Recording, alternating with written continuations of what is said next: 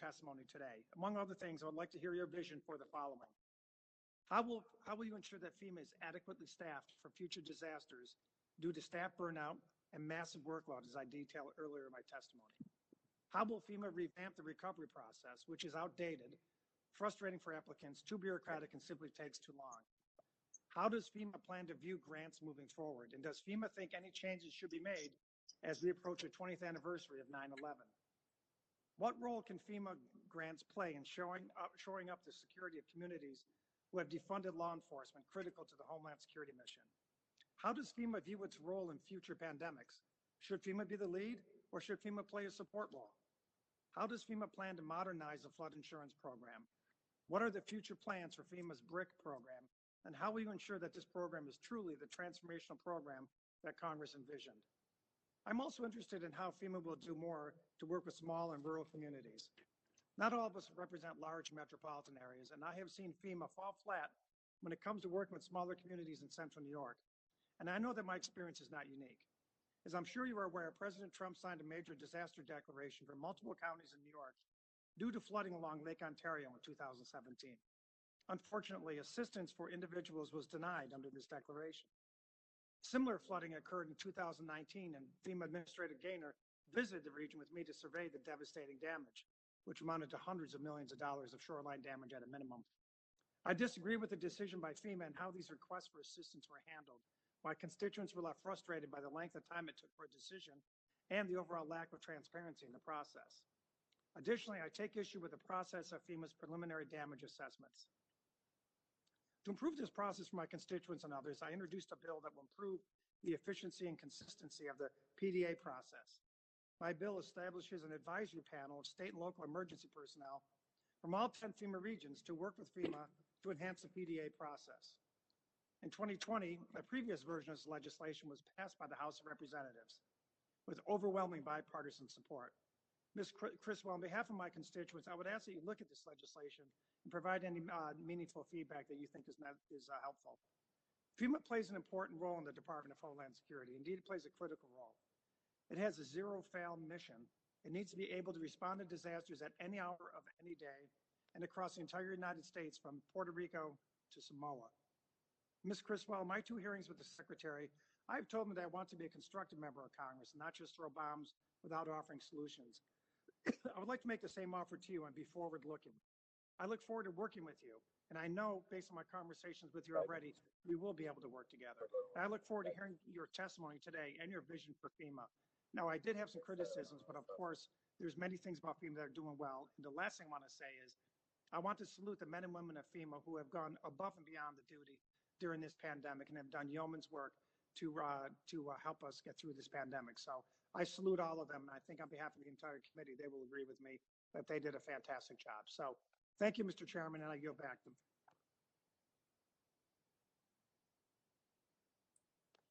Thank you very much. Other members of the committee are reminded that under the committee rules, opening statements may be submitted for the record.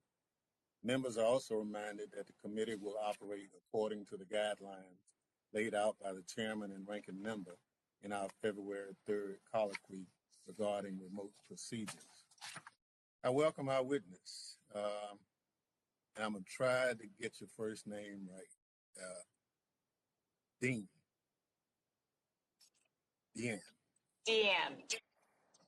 Deanne Criswell, the administrator for the Federal Emergency Management Agency, who is making her first appearance before the committee today. Without objection, the administrator's full statement will be inserted in the record. I now ask Administrator Criswell to summarize her statement for 5 minutes. Thank you, Chair Thompson, Ranking Member Katko, and members of the committee. I am delighted to appear before you today to discuss the President's budget request for FEMA in fiscal year 2022 and to describe how the President's vision guides my priorities for the agency. This past Sunday, I visited Surfside, Florida, in the scene of the Champlain Towers collapse. And it's difficult to put into words the devastation that this community is experiencing. And our hearts go out to all the families and loved ones that have been impacted by this event. I am very grateful for the heroic efforts of the local first responders, seeing firsthand the around-the-clock rescue efforts and how the community has come together in their time of greatest need. FEMA is on the ground. We have a recovery center that is working directly with families and loved ones impacted by this tragic event to get them the assistance that they need. And we will continue to bring resources to support the ongoing response and recovery efforts. FEMA's mission of supporting people before, during, and after disasters has never been more critical. Our role supporting incidents such as the Champlain Towers collapse, our support of the COVID-19 pandemic response, and numerous other active disasters attests to the vital importance and responsibility of this agency to our nation. Given FEMA's unprecedented mission requirements, the President's budget increases the FEMA budget to $28.4 billion, which is $1.9 billion more than the fiscal year 2021 enactment. The President's budget, if enacted, will allow FEMA to meet the challenges ahead. In my first months as FEMA administrator, I am focused on three key priorities: supporting the FEMA workforce and our readiness, integrating equity into everything we do, and addressing climate change through risk reduction. I will describe these priorities in turn. First, we must support the FEMA workforce and our readiness. To protect the well-being of our workforce and the communities we serve in the COVID-19 environment, we continue to rely on virtual operations where appropriate. We are evaluating how to enhance our operational capacity, promote an agile and expeditionary culture, and support the safe return to the office. Workforce readiness begins with the right staffing levels. And the fiscal year 22 budget supports increased hiring and, among other things, would result in a 14% increase in the number of our Stafford Act employees. Readiness also means ensuring the workforce has the training, tools, and resources they need to do their job, and I am committed to providing that to the workforce. Next, we must integrate equity into everything we do. The nation deserves to have our programs and services delivered fairly and equitably. To meet this expectation, diversity, equity, and inclusion must be core components of how we conduct ourselves and execute our mission. FEMA is currently soliciting feedback from the public and our partners to ensure we understand how our programs impact survivors of different demographics, and where needed, we are committed to making changes. This includes changes to our policies, procedures, and how we deploy and execute our mission. Internally, this means building a diverse and inclusive workforce which resembles the communities we serve. Externally, it means we must proactively identify and reach out to underserved communities and populations most in need of our help. We are analyzing our operational programs through the lens of equity, and we are doing that for a reason. We know that disasters exacerbate existing inequalities, and we need to ensure FEMA assistance reaches everyone who needs it. We must also identify the root causes of differing recovery outcomes for survivors and work aggressively and collectively to ensure access for all to disaster response and recovery assistance. FEMA's commitment to equity is evident in our efforts to advance the accessibility of the COVID-19 vaccine. At the President's direction, FEMA coordinated with federal, state, local, tribal, and territorial partners to support the establishment and expansion of over 2,100 community vaccination centers. This included 39 federally led CVC pilot sites and the deployment of 18 mobile vaccination units to help reach traditionally underserved populations. Nearly 60% of all doses administered at these federally led sites went to communities of color. And as we execute our response to COVID-19 and other disasters, FEMA will continue to prioritize equity across all of our operations. And finally, we must address climate change through risk reduction. As emergency managers, we must face the challenges that climate change poses to our mission head on and make generational level investments to reduce the impacts. Developing resilient communities ahead of an incident reduces both the loss of life and economic disruption. Every dollar invested in mitigation saves the American taxpayer $6 in future spending. To provide local partners with the financial support for mitigation projects, FEMA is expanding resources and technical assistance for the Building Resilient Infrastructure and Communities program, which establishes a reliable stream of funding for larger mitigation projects through a nationwide grant program. Recently, the President visited FEMA and announced that he was doubling the funding available for the BRIC program to $1 billion for the fiscal year 21 application. Mitigating the increasing flood risk is particularly important, as flooding is the most common and costly natural disaster in the United States. Among other initiatives, the President's fiscal year 22 budget requests more than $428 million for the Flood Hazard Mapping and Risk Analysis Program to allow for climate change data to be incorporated into flood risk analysis. FEMA is also working to ensure that communities are protected financially from flooding. FEMA is updating the National Flood Insurance Program pricing methodology to fix longstanding inequities by more closely aligning insurance premiums to the specific flood risk of each home.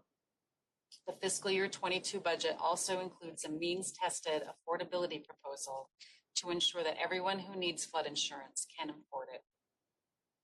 In conclusion, the COVID-19 pandemic is an important turning point for our country and challenges us to rethink our systems, decisions, and investments. This past year has not been easy, and I would like to recognize the professionalism and perseverance demonstrated by the FEMA workforce.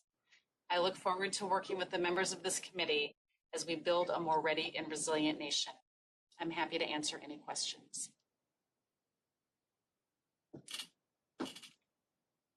I thank the administrator for her testimony. I'll remind each member that he or she will have 5 minutes to question the witness. I'll now recognize myself for questions. Madam Administrator, you've talked about the workforce and what you are looking to do to enhance it. And obviously, you have a number of working disasters ongoing right now. Can you just explain to the committee what things you're doing to address worker exhaustion and other things that come with being, overtaxed in disasters? Chair Thompson, our FEMA workforce are some of the best public servants that I believe the U.S. government has, and they have been working continuously over the last several years in supporting multiple events, going back to the hurricanes of Harvey, Irma, and Maria in 2017. And what we're seeing is that we no longer have a cycle of a normal seasonal cycle. Our ops tempo, our operational tempo is really consistent around the year. And so the things that we're doing to address that right now is we are encouraging everybody to make sure that they are taking time for themselves right now, demobilizing staff from some of the current operations supporting COVID-19 and other longstanding recovery disasters, so we can make sure that they are ready for the peak of hurricane season and what is expected to also be a very busy wildfire season. This rotation of readiness to make sure that our staff have the time to take for themselves and reset is a critical part of how we make sure that they are prepared and that we have a workforce that is ready to respond when needed. Thank you very much. The ranking member alluded to some experiences he had in his area, and I talked about one I'm currently undergoing in my district in Mississippi. That part of my district, primarily rural, low to medium income individuals.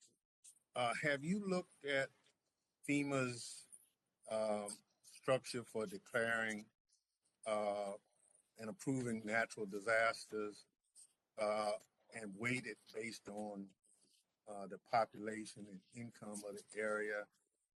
And what happens is, if a high-income area gets hit, the disaster is real clear.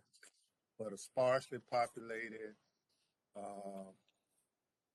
rural working-class community that's devastated somehow doesn't meet the criteria, the dollar amount. Have you looked at that as to what we can do to make sure that those people are not being left out because of their current economic conditions? I have seen firsthand the disproportionate impact that our communities experience, and our underserved communities across this country, where they struggle day to day, struggle even more exponentially when a disaster does strike. One of the things that we did during COVID-19 for the first time was take social vulnerability index, social vulnerability data into our decision-making for how we're going to anticipate or provide assistance. And I have directed my team to continue this process. And how do we now take this equity data that is out there into the decision-making process that we use for future disasters? And that is something that we are working right now to figure out how we can institutionalize that so we can really understand the needs of the community as we're making our assessments. Well, I appreciate it. And as soon as you can push that information down to state and local so that they understand it too, because they are still operating on the current thinking and not the new way of thinking for addressing disasters. I think it would be very helpful. Yes, sir. Again, our team and our regional administrators work very closely with our state directors. And as we continue to mature this process of including this equity data into our analysis, we will make sure that we're getting that information out to our stakeholders and our customers. And I have a couple other questions. I'll follow up after the hearing with you on it. Chair recognizes the ranking member for question. Thank you, Mr. Chairman, and thanks for asking that question. I just want to follow up with that and illustrate a few examples to help you understand the gravity of the problem. I have a small town called Moravia, New York, in my district. And it's at the bottom. It's kind of surrounded by hills. They had a horrendous rain over a long period of time, like 8 or 9 inches in a relatively quick period of time, and literally destroyed a good section of the town and destroyed their sewer systems and the dikes on the roads and everything. And it didn't qualify for disaster relief, despite the fact that it was to repair everything would cost many times more than the town's annual budget. And so that's what I think that Mr. Thompson's talking about. And another example, Lake Ontario. They've had 2 catastrophic floods in the last 4 years. And I think you knew this because you're a regional administrator up there. Those catastrophic floods caused hundreds of millions of damage to lakefront properties and lakefront communities. Yet it didn't qualify for disaster declaration. So I would very much like to spend more time on this, perhaps in another setting with the chairman, and maybe you can sit down with us, because this is a very serious problem. And obviously the big communities, expensive communities, the beachfront communities, when a hurricane hits, obviously that's a disaster. But what happens to these small towns from an economic standpoint, the disasters are stunning and they can't recover from them. So I really would like to talk to more about that going forward, because I think FEMA should have some flexibility with respect to that. Ranking Member Katko, we really have an opportunity right now, as we've learned so much in our response to COVID-19 and seeing the impacts that our underserved communities have. We do have an opportunity right now to reflect on that and see what we can do to incorporate better assessment methodologies into the way we determine disasters going forward. And so I would appreciate the opportunity to continue to have that discussion. I recognize that from my time in Colorado as well, where these rural communities have a harder time meeting thresholds. And so happy to continue that conversation and learn from what we've experienced over the last few years. Yeah, let's do that, and let us know if it's something that can be done through your internal rulemaking or just internal procedures, or whether it's something that needs a legislative fix. Because if it's a legislative fix, I'm sure Mr. Thompson and I can craft something together. So thank you. I want to switch gears here a bit and talk about this nationwide disaster declaration, because now that it's happened, I think it's going to happen again, right? At some point, and when they start using FEMA for stuff like this, they may use it again more. So I think it's really important that the initial assessment report that was done in September 2020 about COVID, has it been updated? And if it hasn't, I think it's really important that it should be. So can you tell me if the initial assessment report from September of 2020 with COVID-19 has been updated at all, or do you plan to update it? So FEMA did an initial assessment report prior to me getting here that really started to capture what I would call, the initial lessons learned from our response. We are undergoing a more thorough an assessment of the overall response as far as FEMA's role is concerned. So we will be releasing something when that is completed.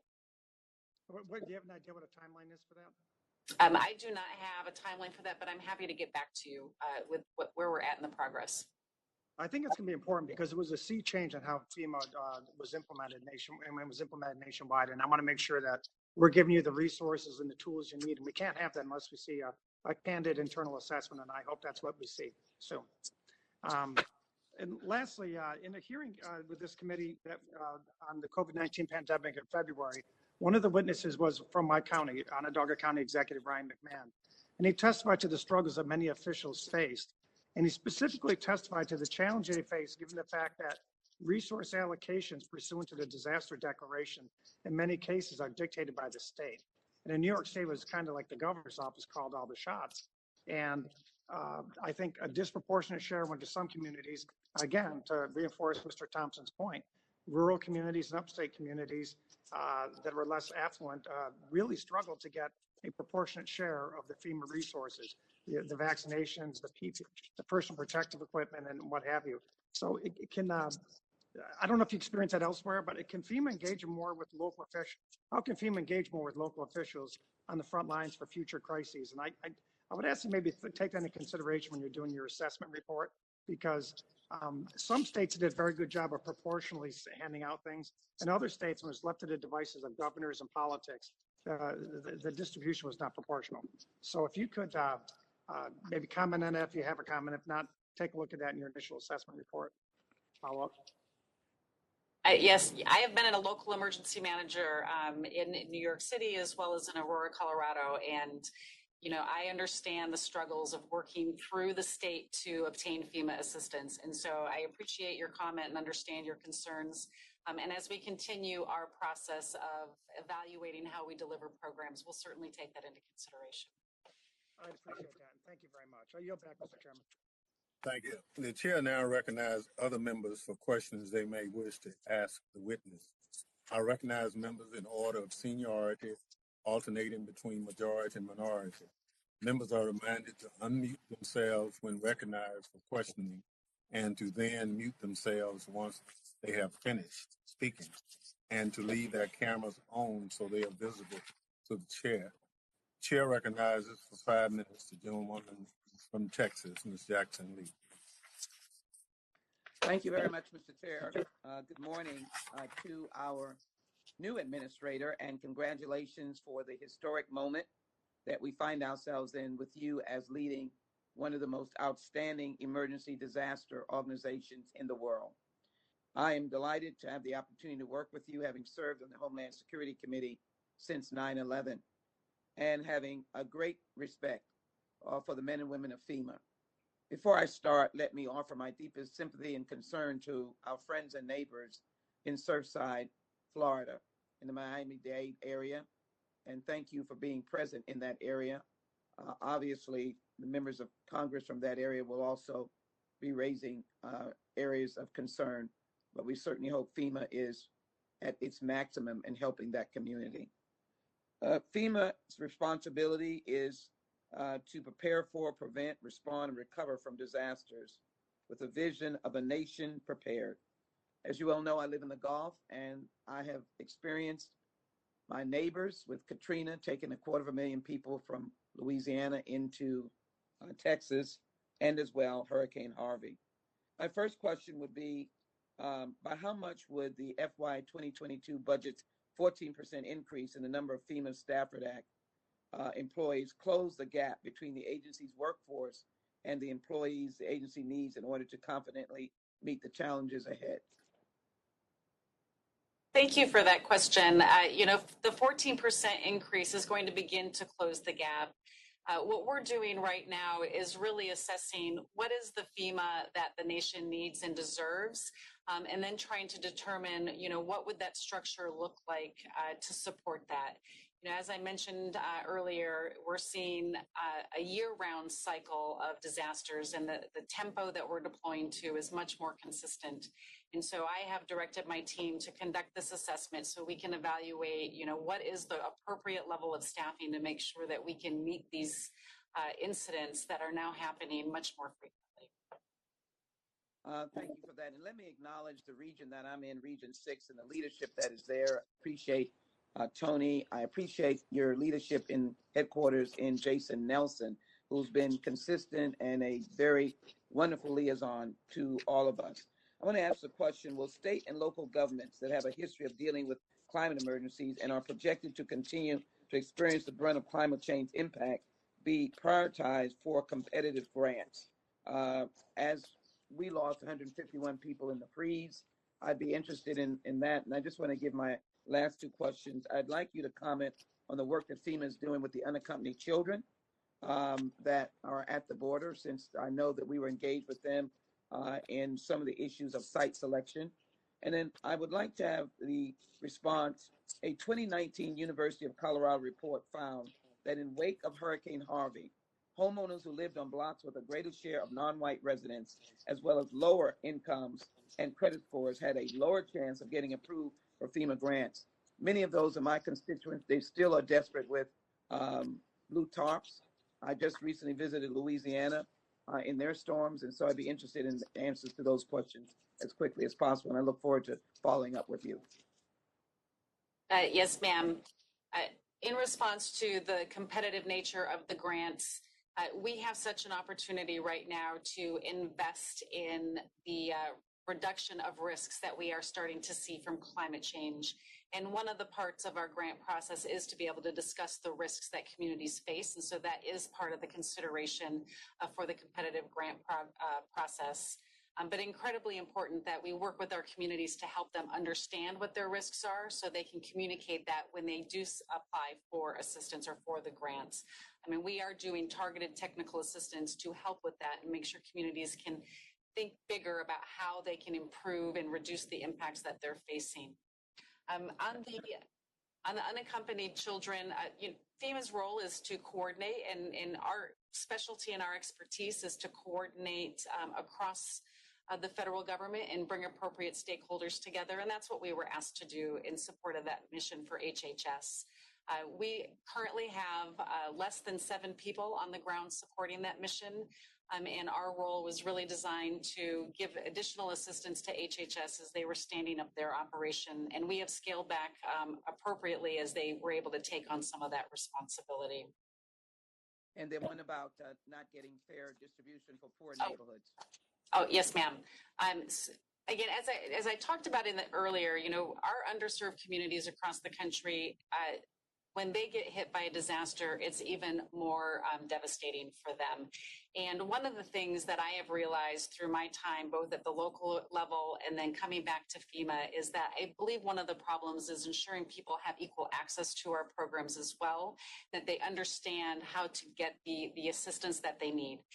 And so I have directed my team here to look at some of the barriers to the access so we can make sure that individuals that are eligible for assistance get all of the assistance that they're eligible for. And the fact that it takes them longer or they don't understand the process is not okay. And we need to make sure that we are bringing our services to the communities and helping them get the assistance that they need. Thank you. I want to specifically work with you on that. Thank you very much, Mr. Chairman. Thank you. Chair recognizes the gentleman from Louisiana for 5 minutes, Mr. Higgins.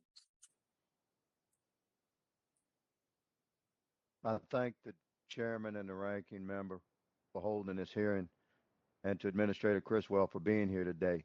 After a year of devastating natural disasters, Southwest Louisiana, I am honored to represent, continues to face dire recovery needs. Almost a year after Hurricane Laura's landfall, my constituents are still deep in the rebuilding process and facing new uncertainty as another hurricane season has already begun. And the federal government is largely responsible for that uncertainty. Let me explain.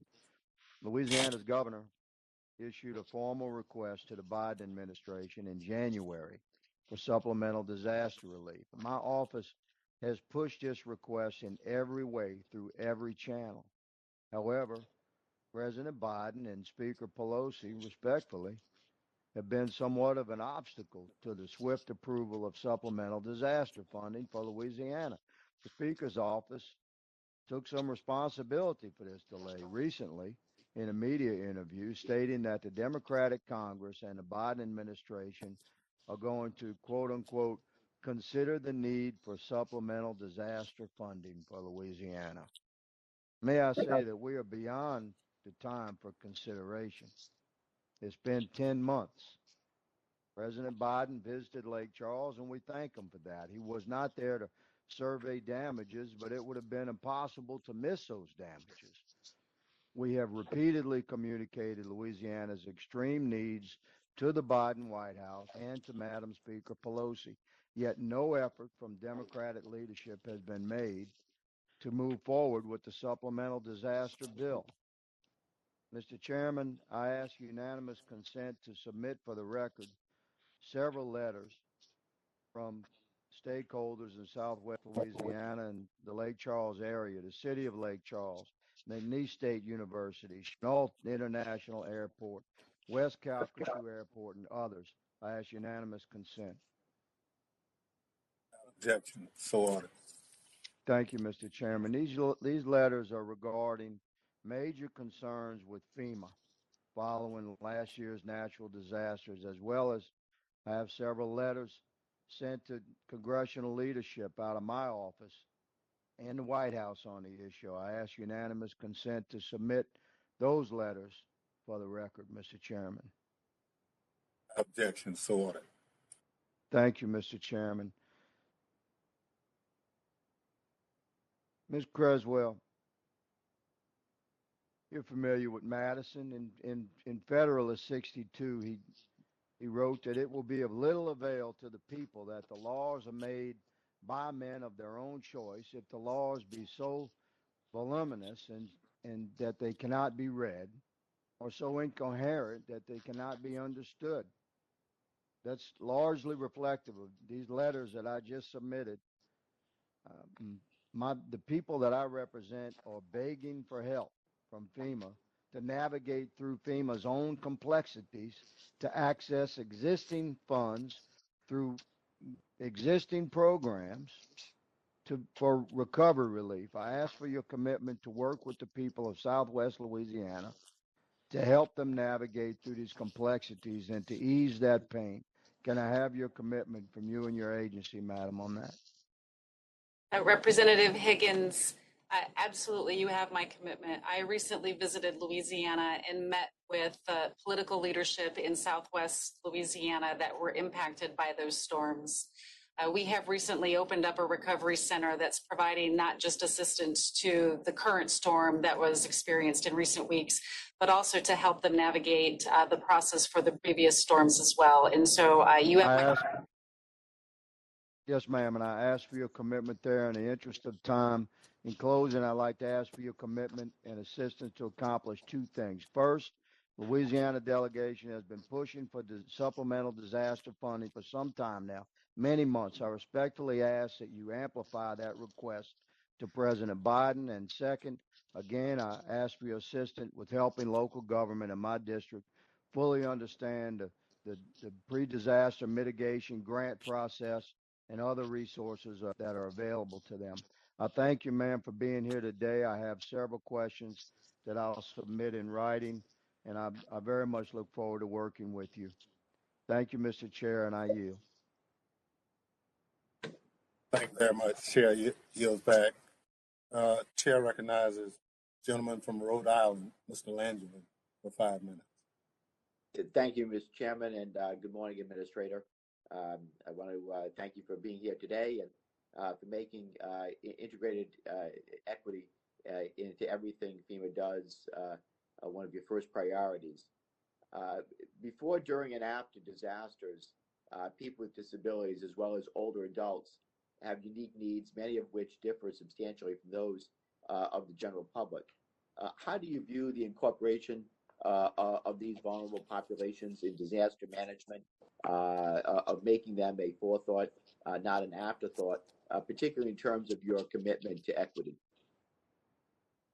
Representative Langevin, I really appreciate and thank you for your continued advocacy for people with disabilities. As I've stated, equity is one of my priorities, and that includes people with disabilities. And I have seen firsthand in the disasters that I have responded to the struggles that this community faces when trying to respond to or recover themselves from disasters. FEMA has made a lot of strides in that area. In 2009, FEMA established the Office of Disability Integration and Coordination. And through that office, they've done a lot of work to increase our own agency's understanding of how to make sure our programs are accessible and that we are meeting the needs of the people that have specific needs. And we continue to deploy disability integration specialists to all of our disasters, specifically to make sure that we are understanding the needs of the community and addressing them. And so you have my commitment to continue forward with that process, and would be happy to work with you and your staff if there are areas where you think we can improve in that effort. Very good. Thank you, Administrator. I'm glad that you recognize the importance of considering the needs of older adults and people with disabilities. I take you up on that offer. I look forward to working with you on that and many other issues. I do want to call your attention to one other thing, though. There was a 2019 GAO report entitled, and I quote, the title of it was FEMA Action Needed to Better Support Individuals Who Are Older or Have Disabilities, end quote. It revealed that FEMA partners, including states, territories, localities, and nonprofits, have experienced challenges assisting these populations. So are you aware that FEMA has historically struggled to support older adults and people with disabilities during and after disasters, in part due to the lack of planning for these populations? Again, Representative, I think that FEMA has done a lot since the development of that program in 2009 and bringing on the Office of Disability Integration and Coordination. I will go back and look at that report more specifically so I better understand some of the challenges that were identified in that report. I apologize, I'm not familiar with it. But I think that we all have work that we can do to improve our approach and how we deliver services to make sure that we're planning appropriately for everybody. Very good. Thank you for commitment to that and to looking at the report. I appreciate it, and I know that FEMA will be doing a much better job under your leadership, and I thank you for that. I'm currently working with Senator Casey to introduce what we call the Ready Act, the Disasters Act. So this bill will support the development of disaster preparedness, response, recovery, and mitigation plans that are inclusive of older adults and people with disabilities by creating a network of centers to provide relevant trainings and technical assistance to state and local governments.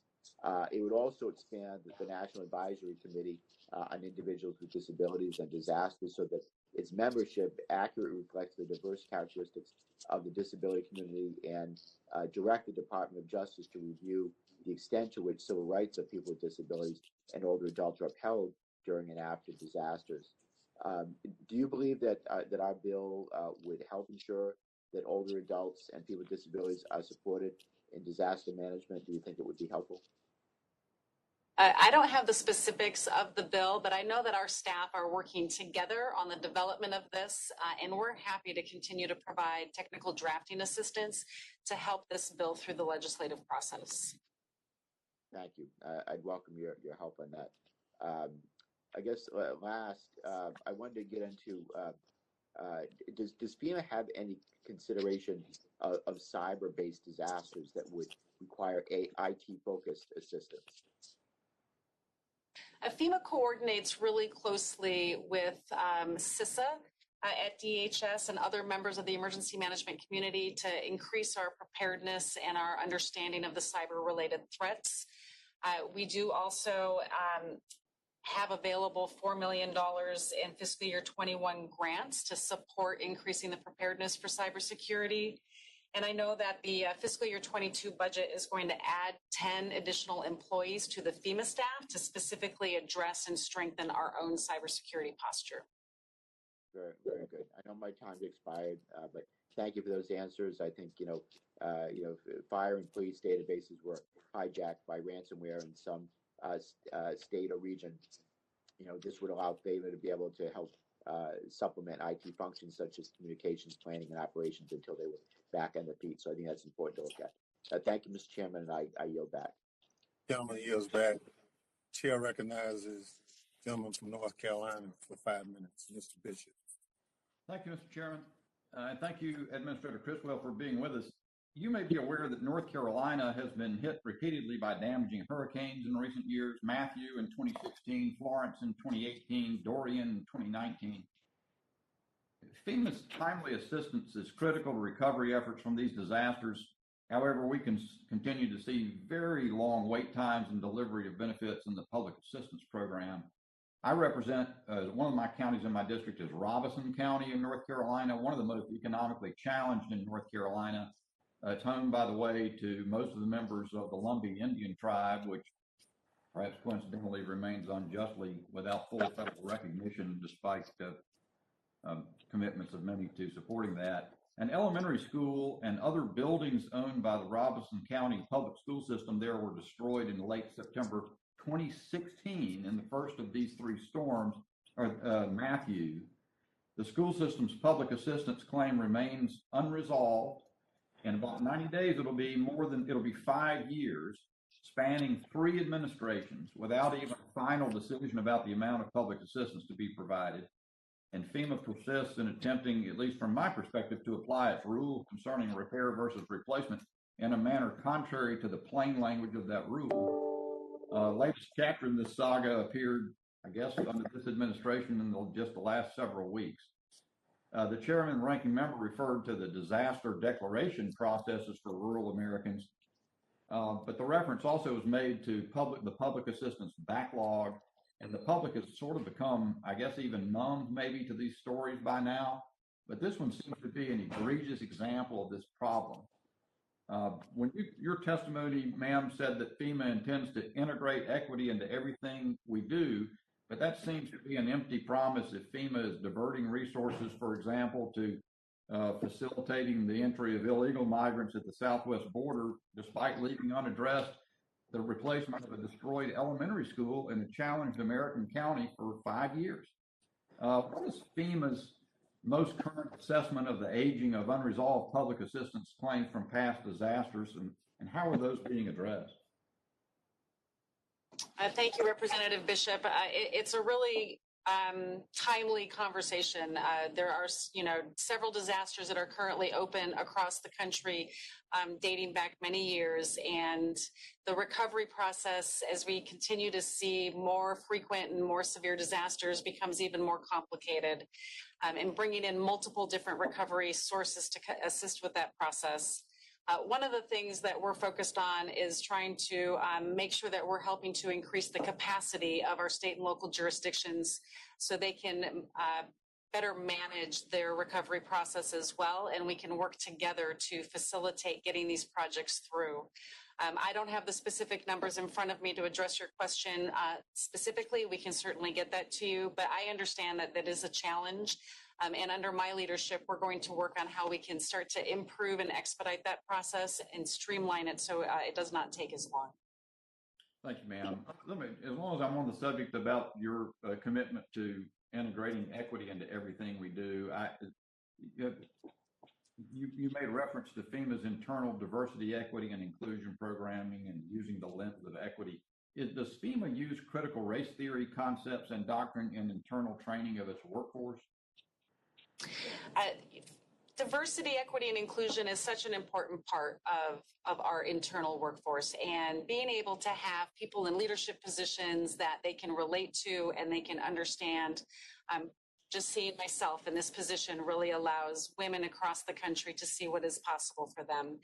We will continue to provide anti-harassment training to support our leadership team and also work on ways that we can increase the diversity pool of applicants so we can get more diversity within our leadership. Do you know whether you're using critical race theory concepts in that training? We are not using critical race theory concepts. We are using established anti-harassment type training that has been around for decades. Thank you, ma'am. Mr. Chairman, I yield back. Gentleman yields back. Chair recognizes the young lady from Michigan for 5 minutes. Ms. Lockton. Thank you, Mr. Chairman.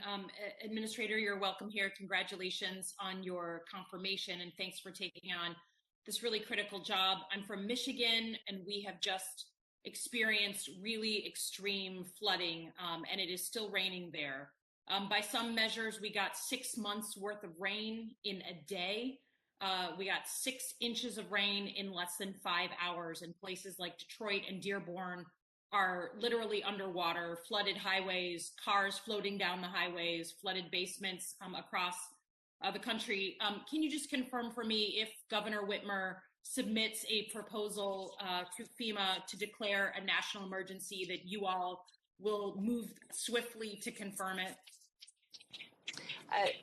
Representative, I'm familiar with the flooding that's currently ongoing in Michigan, and Michigan is my home state. It is where I grew up, and so I have a lot of attachment there, and all my family still lives there. As they're going through the assessment process right now and they submit a request, I will commit to swiftly assessing that and determining if it meets eligibility. Great. Well, it makes me feel much better that you're a Michigander. You won't leave us hanging. The second thing is, a lot of the residents who have been hardest hit, a lot of them are seniors. A lot of them do not have access to the internet. And I'm concerned the claims that they're going to file, that you are requiring people to file, are going to require facility with the internet. Can you also help us understand your plan if we do have a declaration of an emergency, to get boots on the ground, people who can help us go door to door? Time is of the essence. Can you talk to us about that, given that not everyone is fluent in the internet? Absolutely. Again, the one thing that we have learned from COVID-19 is that we need to meet people where they're at. And we've seen that in other disasters as well. FEMA does have a process here, a team of our workforce that is the disaster survivor assistance teams that, if the disaster is declared, they can go out and help with that in-person approach. I think, as we've discussed already, access to the assistance that's available is one of the big barriers that we face. And we have to make sure that we are leaning forward into that to eliminate the barrier access and help meet people where they're at to get them the assistance that they're eligible for.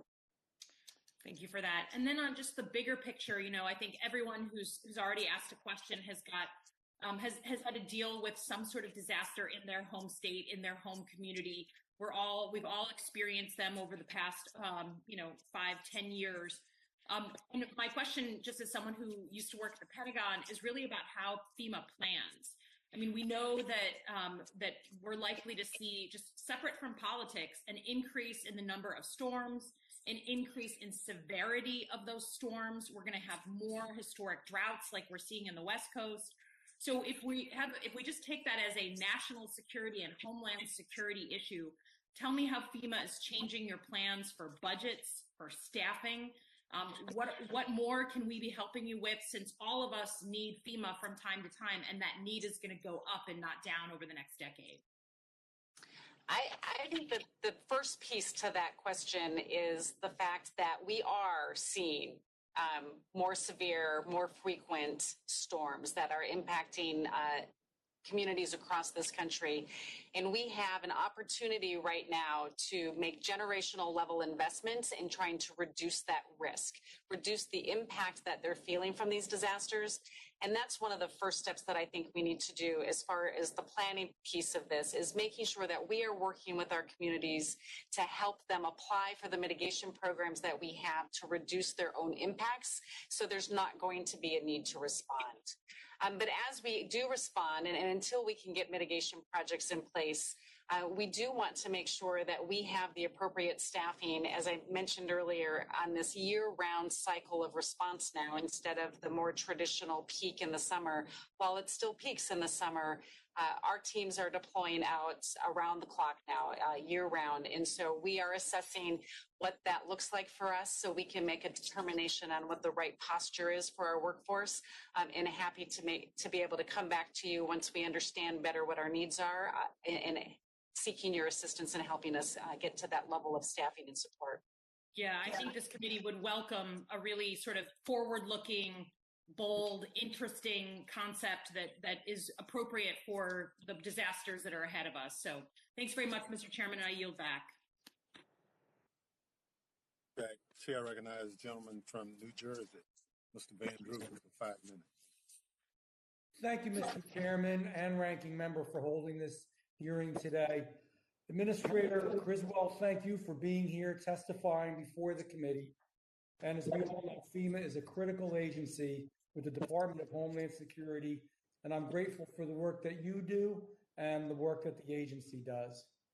New Jersey, as I'm sure you know, is in consistent, constant peril from natural disasters. Superstorm Sandy, for example, caused nearly $30 billion in economic damages to the state. Obviously, that number does not account for the impact of the storm and the impact the storm had on families who lost loved ones and the countless other tragic implications the storm imposed. Governor Christie stated that at the time that the damages were going to be almost incalculable and that the devastation on the Jersey Shore is probably going to be the worst we've ever seen. Unfortunately, he was correct. Natural disasters have life-altering consequences, which is why members of this committee must ensure that FEMA has the tools and is prepared as it possibly can be to respond. Administrator Criswell, I understand that FEMA, and this is very important to me, is updating the National Flood Insurance Program risk rating methodology through its latest system called Risk Rating 2.0. While the program states that one of its goals is to deliver sound and accurate rates, I am concerned that for many of my constituents, they will be forced to either pay much higher rates or move as a result of not being able to pay. Neither of these are viable options, especially because the cost of living in New Jersey, as I think you all know, is just about the highest in the nation. Is there a strategy in place to assist residents who will not be able to afford flood insurance as a result of the updated risk rating methodology? And as part of this methodology, are we going to try to control the cost as much as we possibly can, because flood insurance is so important to so many, yet so very expensive? Representative Andrew, thank you for that question. You know, under the current pricing system, NFIP policyholders share the burden to the cost of the insurance premium. And under Risk Rating 2.0, that burden now is going to be shifted to those and based on an individual homeowner's risk. So under the current system, all policyholders would see an increase in their insurance premiums going forward. Under the new system, those that don't have as high of risk will actually see a decrease in their policies. But there will be some that will have an increase. On your point of, are we going to control the costs and make sure that we have an affordable way to do this? This is a new methodology, and we are committed to an affordability framework. And we have put that in our fiscal year 22 budget to help homeowners who can't afford this new increase do that. But we're also doing this in a phased approach. Homeowners that are going to have an increase in their flood insurance rates will not experience an increase until next year, until April of next year. And it's capped at 18% per year. And then there's also going to be a maximum cap. Once they reach the maximum amount of the insurance policy, it will not go up any further after that. But would welcome the opportunity to continue to work with Congress on the affordability framework so we can make sure that everybody can afford the insurance. Well, 18% is a whole lot still to me, and I imagine that you would think it is too, and, you know, concerns me a great deal. It's easy for all of us to, to have these conversations here. But obviously, when you get back in your district and you tell people something is going to go up 18% at a regular level until a certain point, we're not going to be happy folks. And I also know that that it's going to be a real interesting conversation because we've been through this before. Who is really more at risk or not, and what methodology is used and what parameters are used. This is an area of continual agitation and concern, and it's important because the economic growth of certain areas of this country, and it's not only oceanfront like I have in Bayfront, but it's also rivers and other areas, as you know. And if these folks, with everything else that's happening, get hit too hard by FEMA and these costs, it's going to be tragic. So it's a really, really big issue. And I really appreciate your work. I'd love you to come to New Jersey sometime. I'm sure you've been there. Everybody's been to New Jersey at least once, but just see some of the challenges we have, and be certainly glad to take you around and really show you what's going on. But if there's a concern level from 0 to 100 on this issue, I'm at 100. Just to let you know, and so are other people. You don't hear a lot about it now. Wait till those 18% increases come forward. You're going to get so much noise, it'll be unbelievable. New Jersey people are so loud, believe me. I think I have gentleman's time. I yield back my time. It's a pleasure to talk to you. Here I recognize the gentleman from Missouri, Mr. Cleaver, for 5 minutes. Thank you, Mr. Chairman. Thank you for Madam Administrator for being with us today. The chairman and Mr. Katko raised the issue that I'm also very much concerned about, so I won't go through it. And I think you're certainly aware. The Missouri River is the longest river system in the country, only by a little short 100 miles from Mississippi River, longer than the Mississippi River. So we're going to have problems every single year. And that $8.9 million damage threshold is a problem. I represent a farming community all along the Missouri River, and it is just devastating. You get a town like,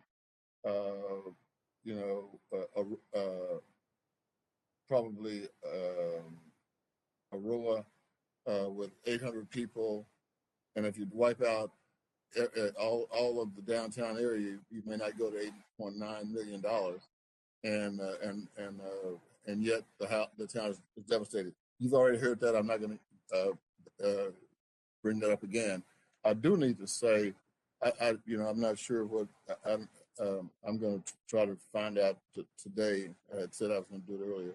Whatever this racial theory is, which I've never heard of. I have a master's, but I guess I'll try to find out what it is.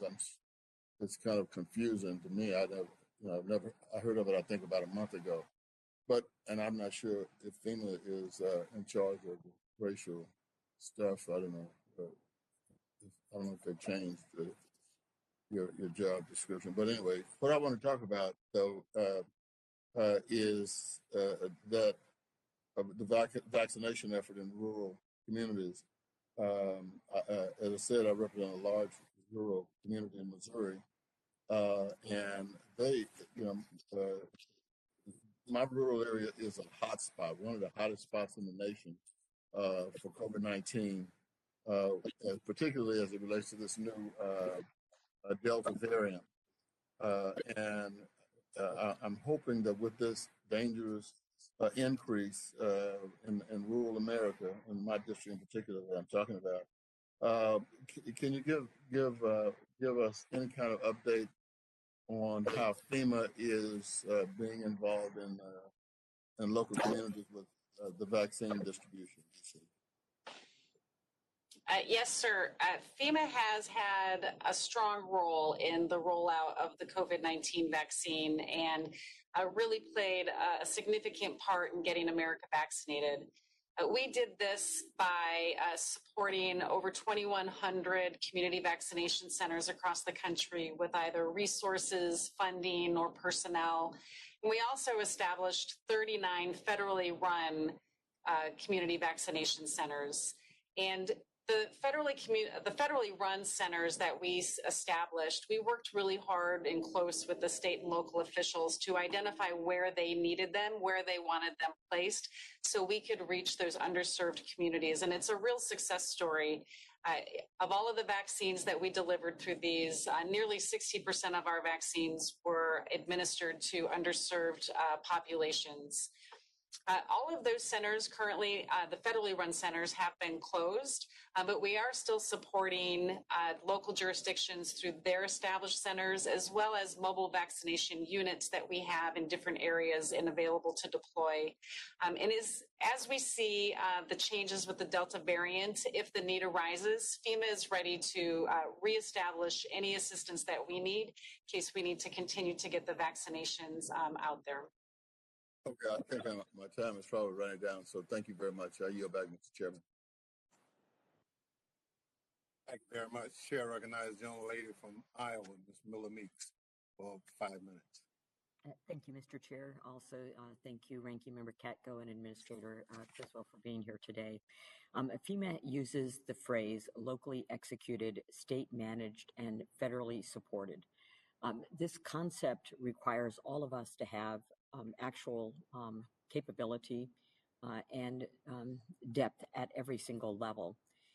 In the past, I've asked FEMA, as they set up vaccination clinics, the level of their health personnel and emergency personnel. And given that FEMA is not, does not have expertise or scientists or health personnel as part of your personnel, can you explain to me or discuss with me how the chain of command and how the delegation of responsibilities works? Did you work with the Assistant Secretary of Pandemic Response, the CDC, HHS, local public health?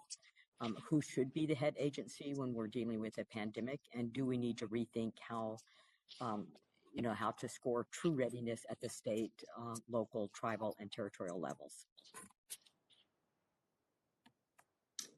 FEMA, the phrase that you mentioned, federally supported, state managed, locally executed, I think is an important concept for us to bring up. All disasters, I've been a local emergency manager, they start and end with the local jurisdiction. And that's the locally executed part. And the state and the federal government need to be part of that process to make sure that they're successful.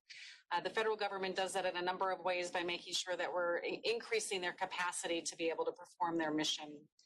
When it came to supporting the vaccination effort or supporting the COVID-19 response in general, coming from my own experience in New York City, it truly was a collaborative approach of making sure that the federal government, while they're supporting, they understood the needs of the local jurisdiction and letting the local jurisdiction set the planning assumptions for them for the assistance that they were going to provide. And I think that's a really critical piece of making sure that, again, that the federal government is supporting the actual needs on the ground of what the local communities say that they have. When it comes to the federal coordination, that's where FEMA is an expert, right? We can bring in all of the federal partners. We're very good at coordinating the stakeholders and bringing the appropriate people together to support a response. And that's what FEMA did during the response to COVID-19. I think we have an opportunity to see where we need to build capacity across the federal government for certain disasters when they don't squarely fall into the disaster response role that FEMA typically does, and would be happy to work with you as we continue to have that conversation.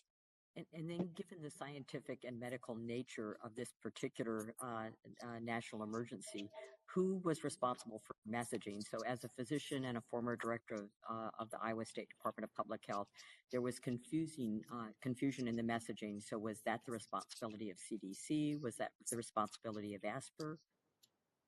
The messaging was critically important through all this. And as you know very well, the stuff we learned about the COVID-19 virus changed on a regular basis.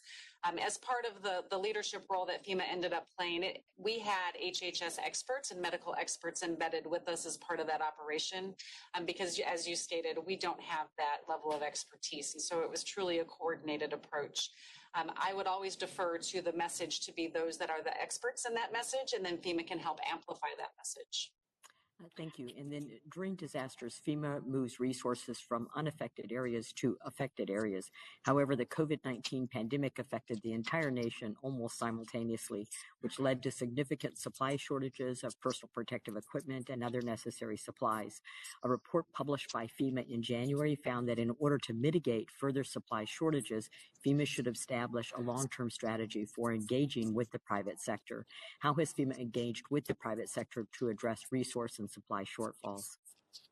We learned so much through the COVID-19 pandemic and the critical and often fragile nature of our supply chain and where we depend on things. And we were able to put in some new methodologies, working really closely with the private sector to make sure that we were meeting the needs of first responders. But it is the first time, as you stated, with disasters across the country that we really faced a resource shortage at this level. We are working closely with the private sector to establish better relationships and understand how we can bring them in better. We can never replace the resources that the private sector brings to bear to support disaster response. And so we need to understand better what their capabilities are. And we are having ongoing conversations with different sectors across the private sector to make sure that we understand how to get them back up online faster, but also how they can support us in our response. And those conversations are ongoing. Thank you so much, Mr. Chair. I yield back my time. Thank you very much. Chair recognizes the gentlelady from New York for 5 minutes, Ms. Clark. Thank you, Chairman Thompson and Ranking Member Echo, for holding this critical hearing on the state of our emergency management preparedness. Thank you as well to Administrator Criswell for joining us today, offering testimony, and let me also congratulate you on your recent confirmation. I know firsthand the excellent hard work and diligence that you have exhibited as our Emergency Manager Commissioner in New York City, and I have full confidence that you will lead FEMA with the same steadfast dedication. As you're aware, the climate crisis is not only an existential threat to our planet, it also presents a major and immediate danger to our communities. Like so many Americans, I watched in horror last year as wildfires and storms ravaged our nation. Unfortunately, the weather predictions for this year are equally as alarming. Back home in my congressional district in Brooklyn, New York, many of my constituents are still struggling to recover from the devastating impacts of Superstorm Sandy that flooded people's homes and inflicted permanent damage to our critical infrastructure. The plain and simple truth is that climate change has fueled a troubling rise in extreme weather disasters and events over recent decades, making FEMA's job of protecting Americans more critical, yet more challenging than ever before. And that's why I'm astonished that when the Trump administration in 2018 took unprecedented steps to ignore science and remove the term climate change entirely from FEMA's strategic plan, not even the term sea level rise made it into the final document. To me, this isn't just a matter of words. Omitting climate change from the strategic plan represented a broader attempt by the previous administration to play with people's lives in the name of partisan politics. Administrator Criswell, under your leadership, what steps is FEMA taking currently to reincorporate climate change into its strategic plan and throughout the agency more broadly? Thank you for that question. We are seeing an incredible rise in the number of disasters, the severity of disasters, and how rapidly they're intensifying like we've never seen before. And this is a direct result of our changing climate. And we have to be deliberate and brave about our approaches to reducing the impacts that we're seeing from climate change. As I've mentioned, we have a number of mitigation grant programs that are a first step in helping communities reduce future threats and future impacts from climate change. But we're also taking a look at where do we need to be more proactive in our own efforts here. FEMA has established a climate enterprise steering group composed of components or members from across our agency to take a look at all of our programs to see where we need to be more deliberate and aggressive in our approach to climate change. And this group is also part of the DHS Secretary's Climate Action Group, so we can coordinate our efforts. FEMA has a strong role to play in fighting the climate crisis. And this is the first step in us being able to accomplish that. Thank you. The previous administration's failure to act on climate change is exactly why it's so important that Congress take bold action now to tackle greenhouse gas emissions and protect the American public from future climate impacts. That is why I recently introduced legislation with Senator Markey, H.R. 744, the FEMA Climate Change Preparedness Act, which would help FEMA address the natural disaster implications of climate change. Among other provisions, my legislation would direct FEMA to perform an assessment on the natural disaster risks that climate change poses on our nation, as well as on our capacity to prepare for and mitigate climate impacts. Administrator, is there something that your agency is currently looking into? And is this something that your agency is currently looking into? And do you think that such a national assessment could be a useful undertaking? I believe that we have an obligation right now to be looking at the future risks that we are going to face. A lot of our efforts, not just at FEMA, but across the emergency management community, have often focused on historical risk. But we really have an opportunity and an obligation, frankly, to look at the future risks that we're facing and make sure we understand them and are investing in mitigation to reduce the impacts from those risks. So I do believe that it's important for all of us to have that mindset as we go forward. Well, Administrator, I look forward to speaking to you in depth about this legislation and look forward to supporting your work in this endeavor. With that, Mr. Chairman, I yield back. Young lady yields back. Chair recognizes young lady from Tennessee, Ms. Harshbarger, for 5 minutes.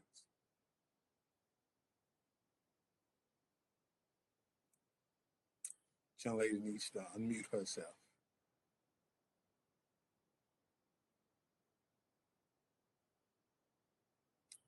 Still not quite hearing you.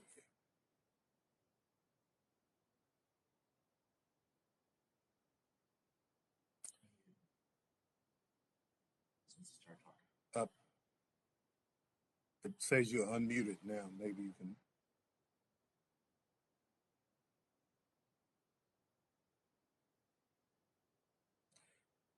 We're having some technical difficulties. We'll go to Mr. Clyde for 5 minutes. Thank you, Mr. Chairman, for holding this important hearing, and thank you, Administrator Criswell. I appreciate you being here and providing the information that you have. In March of this year, FEMA was deployed to help address the surge in illegal migrants at our southwestern border. Secretary Mayorkas has routinely stated that he would not say we have a crisis at the southern border, yet he deployed our nation's emergency response agency, FEMA. So, ma'am, how would you describe the situation at the southwest border? FEMA's role in the southwest border is, again, part of what we are really good at. We are good at coordinating across federal agencies. And in this case, we came in to help HHS and CBP with the execution of their mission. We only had a very small number of people that deployed in support of this mission, and it was from a coordinating standpoint. Okay, so, but FEMA is only engaged when you have emergencies or crises. Is that not right? So they would not have been engaged if we didn't have an emergency at the southwestern border? Again, FEMA, they're good at coordinating federal agencies for any type of an event or an incident, and we often do this for planned events as well as disasters or emergency responses. And so it's that coordinating capacity that FEMA brings in to support agencies in helping them establish their operational capability. Okay, so would you or would you not call it an emergency at the southwest border? Again, FEMA's role was really just to coordinate the federal government and You're not going to answer my question. All right.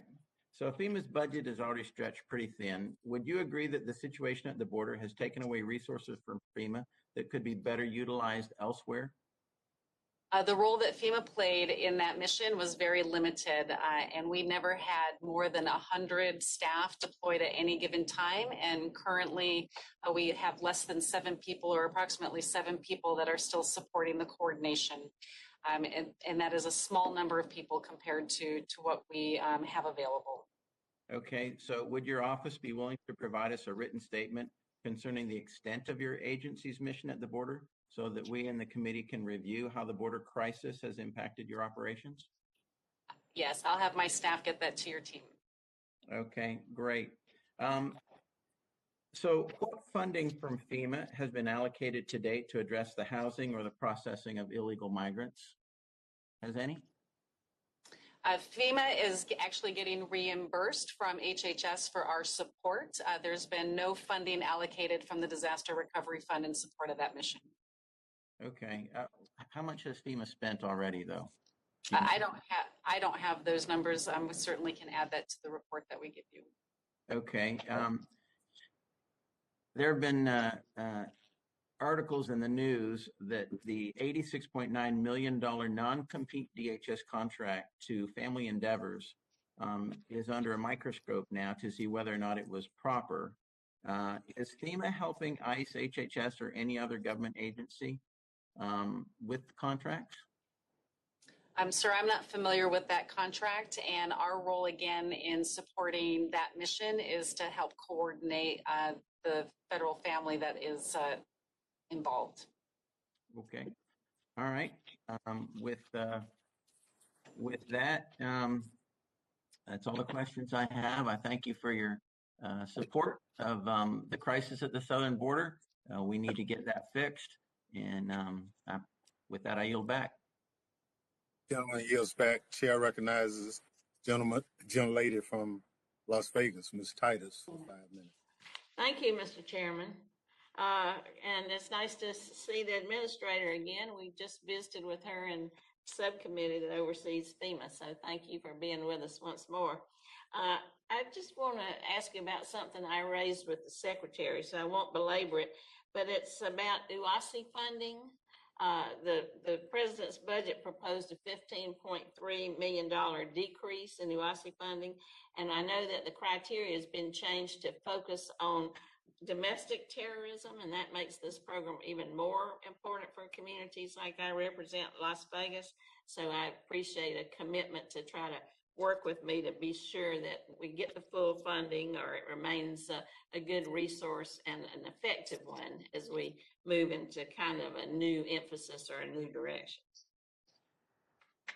UASI and the Homeland Security grant funding has done such an amazing job at building the capability and preparedness of our state and local jurisdictions. And as we saw in the early days of the program, it was really about building a lot of capability. And what we have seen over the past several years is that much of the requests that are coming in are for sustainment. And so the adjustments to the program themselves are minor, and we do not feel will impact the ability to sustain the capabilities that have been built.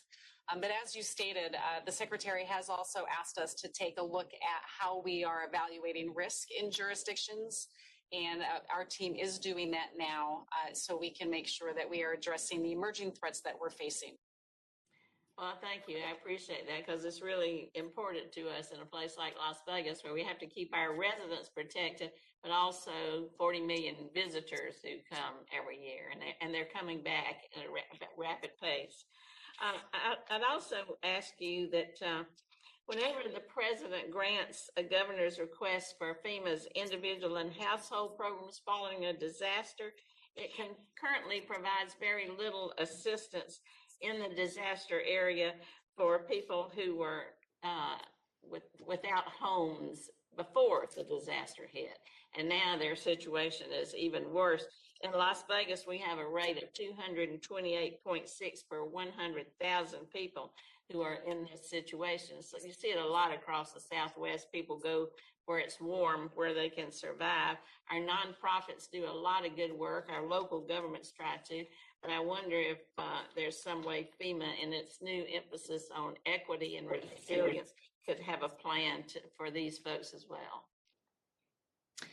FEMA's programs and the individual households program, is designed to help people that have been impacted by disasters. The programs themselves aren't designed to make them whole. They do provide assistance to help with the temporary repairs, and if they are not homeowners and they're renters, with some temporary lodging as they find new assistance. I think if I'm understanding your question specifically, maybe more about the homeless population, and these programs are not designed to support that. However, we do have the Emergency Food and Sheltering Program, which is one that is run by FEMA that can assist local communities, and that grant funding is available to help them with the homeless situation. And I'm happy to get your constituents in touch with the people that run that program to see if there's a way that can help. That would be great. If we can reach out and get more information to help these folks in Las Vegas, I'd really appreciate it. Thank you, Administrator. Mr. Chairman, I'll yield back. Chair recognizes the gentleman from Florida for 5 minutes, Mr. Jimenez. Thank you, Mr. Chairman, and also I want to thank the ranking member, Katko. Ms. Criswell, it's good to talk to a fellow former firefighter and fellow emergency manager. I served as a firefighter with the City of Miami and also the emergency manager for the City of Miami, so it's really good to talk to you. You stated that storms are getting more frequent and more severe.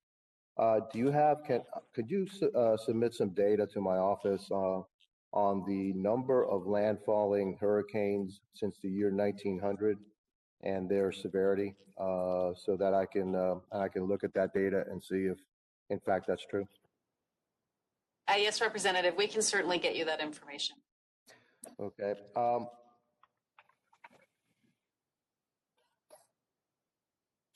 Flood insurance is, remains a big issue in my district. And what you spoke about certain caps for the flood insurance program. What are those caps going to be? Is that by region, or is there a hard cap nationwide for the flood insurance program and cost to the homeowner? Yeah, so the new Risk Rating 2.0 program is their insurance rates are based on their individual risk, and with an increase that is not to exceed 18% per year. Again, based on the individual homeowner's risk, there is a certain amount of premium that they will pay as a cap, and again, based on their individual risk, and that is once they reach that. Under the current program, there is no limit, but under the new program, there is. I mean, but there's not a hard cap nationwide. It's based on the individual property, or how? You said there's a cap. So what is that? Describe that for me, and really quick, because I only have 5 minutes. Yeah, absolutely. So maybe two sides of this. There's a 18% cap per year that their rates can't go up more than 18%, which is set by Congress. And there's a maximum amount of what their insurance policy will be. And when they reach that, it won't go any higher. I know, but again, the question is that on an individual property, or is it a nationwide cap that no insurance policy can be, say, more than $5,000? No, it's based on their individual risk for their home. And so that could be, theoretically, that can be $50,000, $100,000, $200,000. It all depends on the home itself. It does depend on the home itself, but we certainly can get you more specifics on that. Okay. All right. By the way, I want to thank FEMA for the response to the Surfside incident. That's a town that used to be the mayor of that county. So thank you. How many USAR teams does FEMA have and support right now? Currently, the two teams that are located in Miami and Miami-Dade are part of the national system, and they were the first teams that were involved. Again, it's a real good example of how important these teams are to be embedded within the first responder community so they can respond quickly. So those two teams are already activated, and we have additional teams that we are working right now with the local incident commander to determine. I know all that, ma'am. I know all that. I mean, I actually created the second team, okay?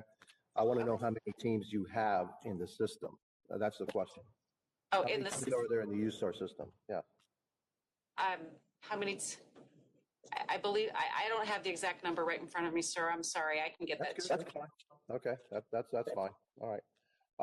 Now, when it comes to hurricane mitigation, We have more communities, more people living on the coast now than we did, say, in the year 1900. When you say that there are more, there's severity of storms and their frequency, are you talking about the actual number, or are you talking about the dollar amount of the damage that they cause? Sir, I think it's both, right? I think that we're seeing more billion-dollar disasters than we've seen in the past. We're seeing more storms brew, more hurricanes in the Atlantic. And we're seeing an increasing number of wildfires across the West. And so I think it's a combination of both.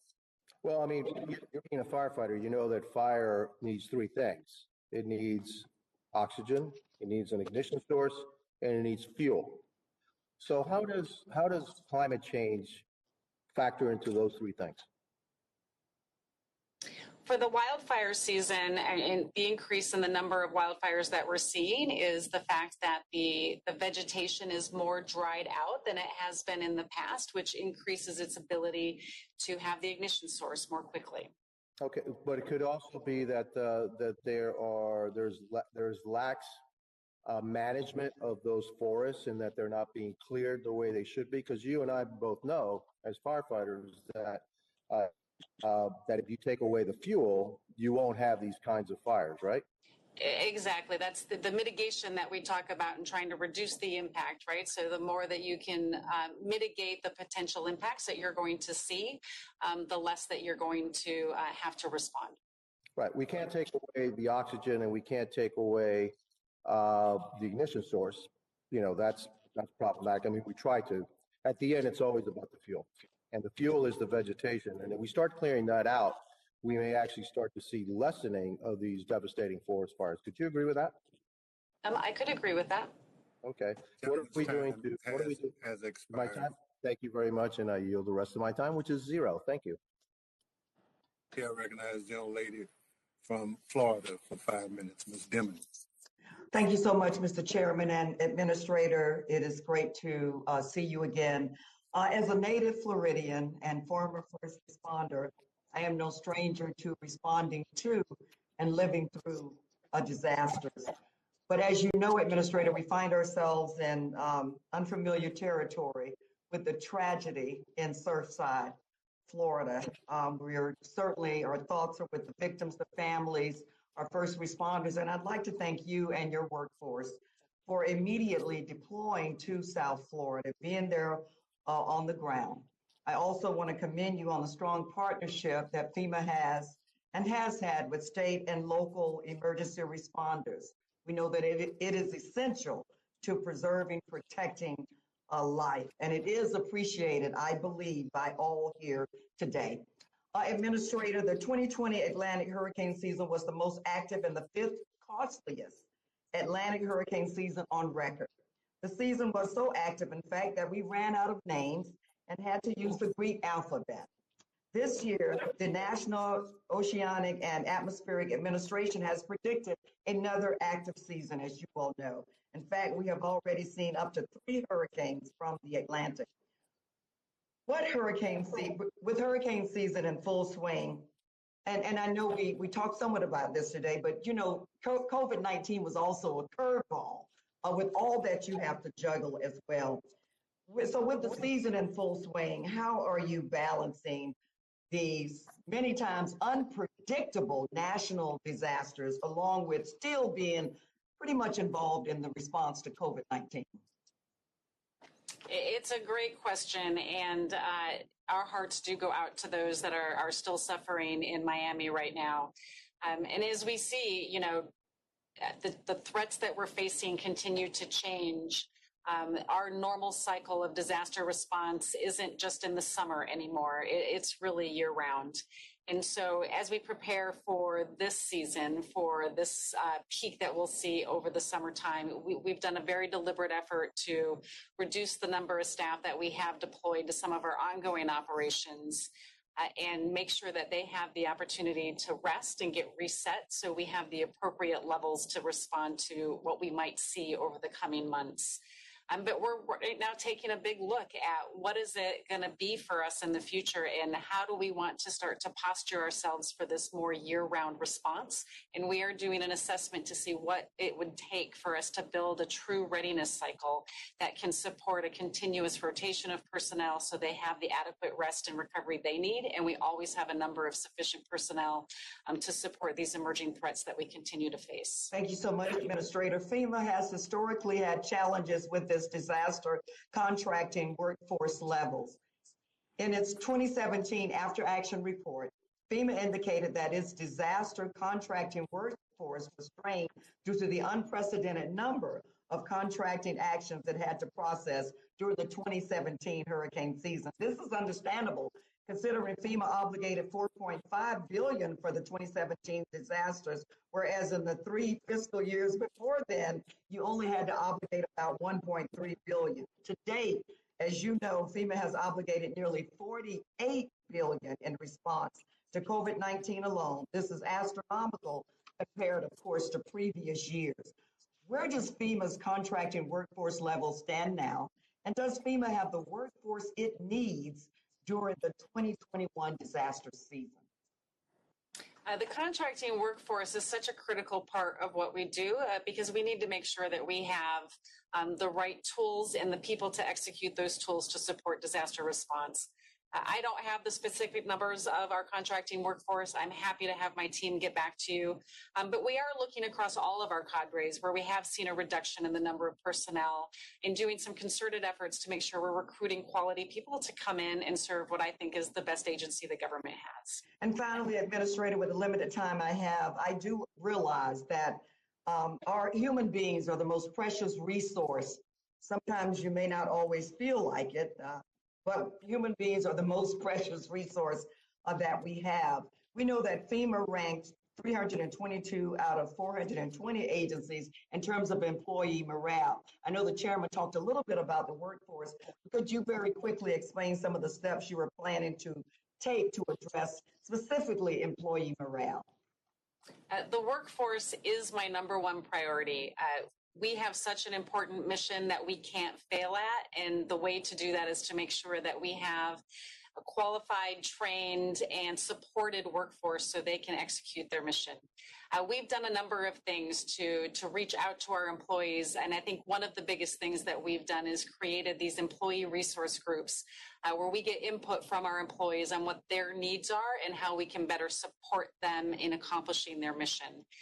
We're also going to continue to make sure that we have enough personnel and we provide the right training and resources and support that employees need to conduct their jobs effectively and efficiently. And the other piece to add to that is making sure that our workforce is diverse and inclusive, and so we can represent the people that we serve. Imagine that. Thank you so much, Administrator. Mr. Chairman, I yield back. Young lady yields back. Chair recognizes Ms. Harshbarger from Tennessee for 5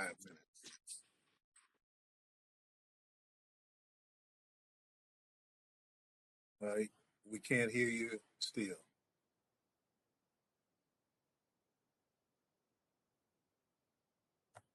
Now, we're going to come back to you again. Chair recognizes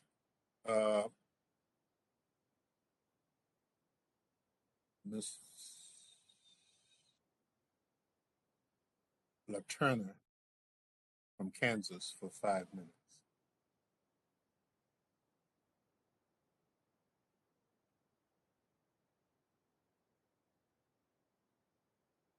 Yeah. Can you unmute yourself, Mr. LaTurner?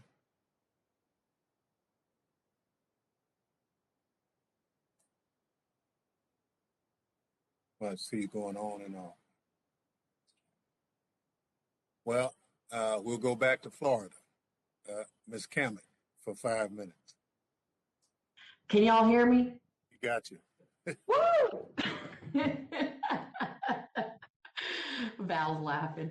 Oh, man. Well, I appreciate it, Mr. Chairman. Thank you so much. And good to see you again, Administrator Criswell.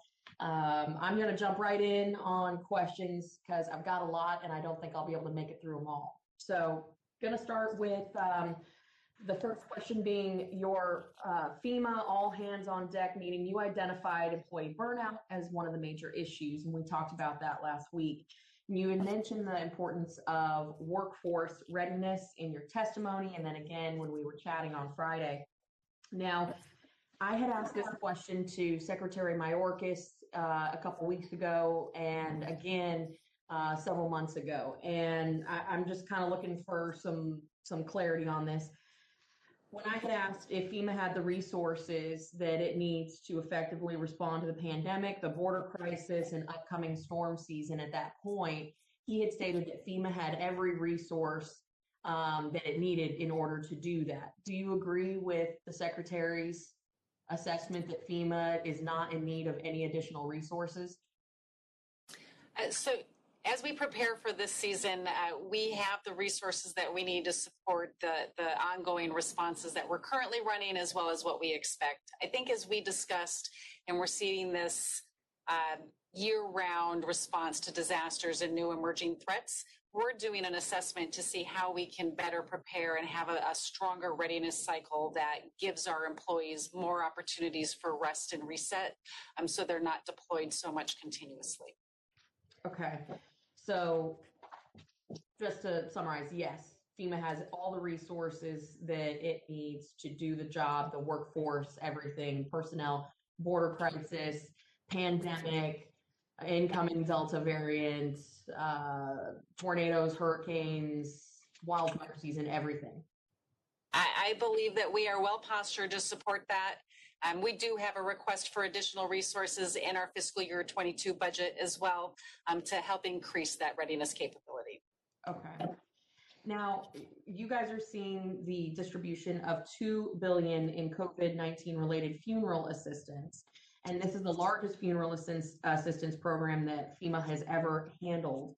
And as of June 28th, approximately $447 million has already been distributed to 66,000, almost 67,000 people. Now, what are we doing to make sure that the aid gets to those that are truly in need in this very tough situation, and that there aren't bad actors that are working to exploit the system?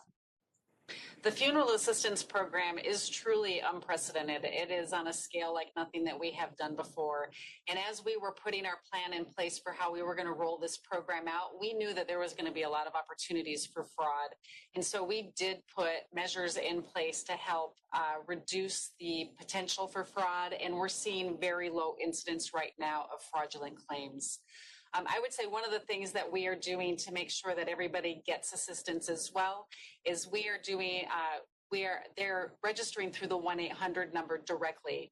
That also helps to reduce fraud by not going online, but then we have personnel that are talking to individuals and helping them work through the paperwork requirements to provide the documentation needed to get that assistance. Is there any follow-up from FEMA once the applicants go through the process to just kind of a trust but verify? Yeah, I mean, that is part of the process, right? So as an individual calls the 1-800 number to get assistance, we work with them to get the appropriate paperwork. We verify that paperwork to make sure that it's authentic, and then work with them to get any additional resources or any additional paperwork they need until they finally get their claim settled. Okay, excellent. Thank you. And something else that I had asked of Secretary Mayorkas a couple weeks ago that he was going to, I think, ask you about was the emergency food and shelter program that FEMA has. So I've been to the border a couple of times this year, and I have actually been on a plane where I recognized the migrants that we had picked up with Border Patrol in the days leading up to my flight. Now, it's my understanding that the emergency food and shelter program that FEMA has been supporting the travel costs for these migrants. How much of this program has been expended on migrant travel? As you stated, the Emergency Food and Shelter Program is a grant program available through FEMA for non-disaster related expenses. I don't have the specific information. I am aware of the flight that you mentioned. I don't have the specific information about the costs that were spent, but it is something that is eligible through this program as it's administered by the local volunteer agencies. Could you follow up, because I know my time has expired, could you follow up with me on the total number of dollars that have been expended on migrant travel this year? We will certainly follow up on that. And I would just add that Congress did appropriate $110 million for this program to assist. All right. No, ladies, time has expired. Chair recognizes gentleman from California for 5 minutes, Mr. Smallwood. Thank you, Chairman. Thank you, Administrator. And before I get to my questions, I want to thank FEMA for standing up its Oakland Coliseum vaccination site where thousands of Bay Area residents were vaccinated. It was a real success. I was able to meet with your team on the ground there early on after having the vaccine. And I would say it's the second best thing that's happened at the Oakland Coliseum this year, other than the third best team in baseball, the Oakland A's. So thank you to FEMA for that. But Administrator, my district in California has suffered from wildfires in the past year, as well as yesterday we had a 4.1 earthquake in the city of Castro Valley.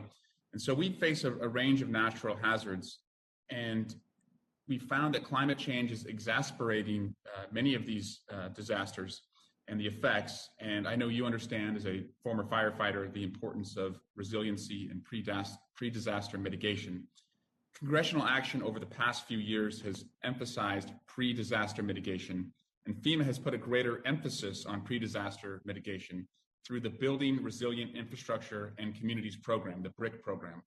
A total of $500 million was available in 2020, and President Biden has approved for FEMA to provide $1 billion for this fiscal year. Now, it's been an effective way to support pre-disaster mitigation, but we were only able to fund $500 million of the approximately $3.6 billion requested. So what do you think is the best way to address the demand for pre-disaster mitigation funding? Piece. I'm sorry, did you hear what I started there with? Okay. I didn't. Go ahead. I think we weren't unmuted. I apologize. Pre-disaster mitigation funding is a critical component to our ability to reduce the impacts that we're seeing from climate change. And we were very excited by the authorities that were given to us in the Disaster Recovery and Reform Act to be able to implement and execute the BRIC program, the Building Resilient Infrastructure Communities Program. As we saw with the first year, it was amazing what the amount of need was that was out there, as you stated, with $3.6 billion in applications. And I think where we're going is, now that we have additional funding that was available this year, double what we had last year, $1 billion, we're going to continue to be able to address these projects to do this system-wide mitigation instead of a more incremental approach that we've done in the past. But BRIC is just one of the programs that we have. And so if there's applications that were not selected during this program, we also have our Hazard Mitigation Grant Program, post-disaster grant, that individual or state and local jurisdictions can apply for as well. And that comes after every disaster. And we've recently also created hazard mitigation funding eligibility for fire management assistance grants, which specifically goes to those communities that were impacted by the fires to increase their ability to reduce risk. Now, Administrator, to qualify for BRIC funding, a state must have issued a major disaster declaration in the past 7 years. But as you know, because of the COVID-19 pandemic, every state has been under a major disaster declaration. So has the anomaly of simultaneous major disaster declarations across all 50 states because of the pandemic affected FEMA's administration of the BRIC funding?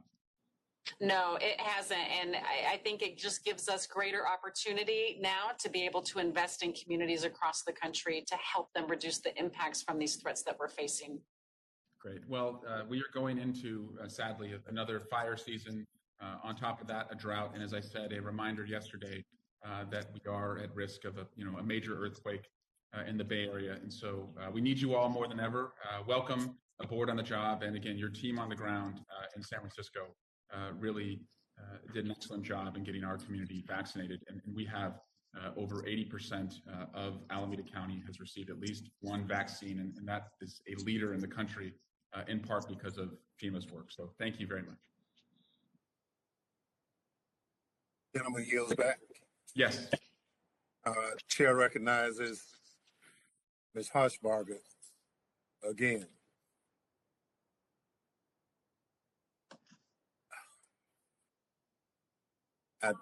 I think we okay, still I've have. got you on the phone line now. Okay. Are you good?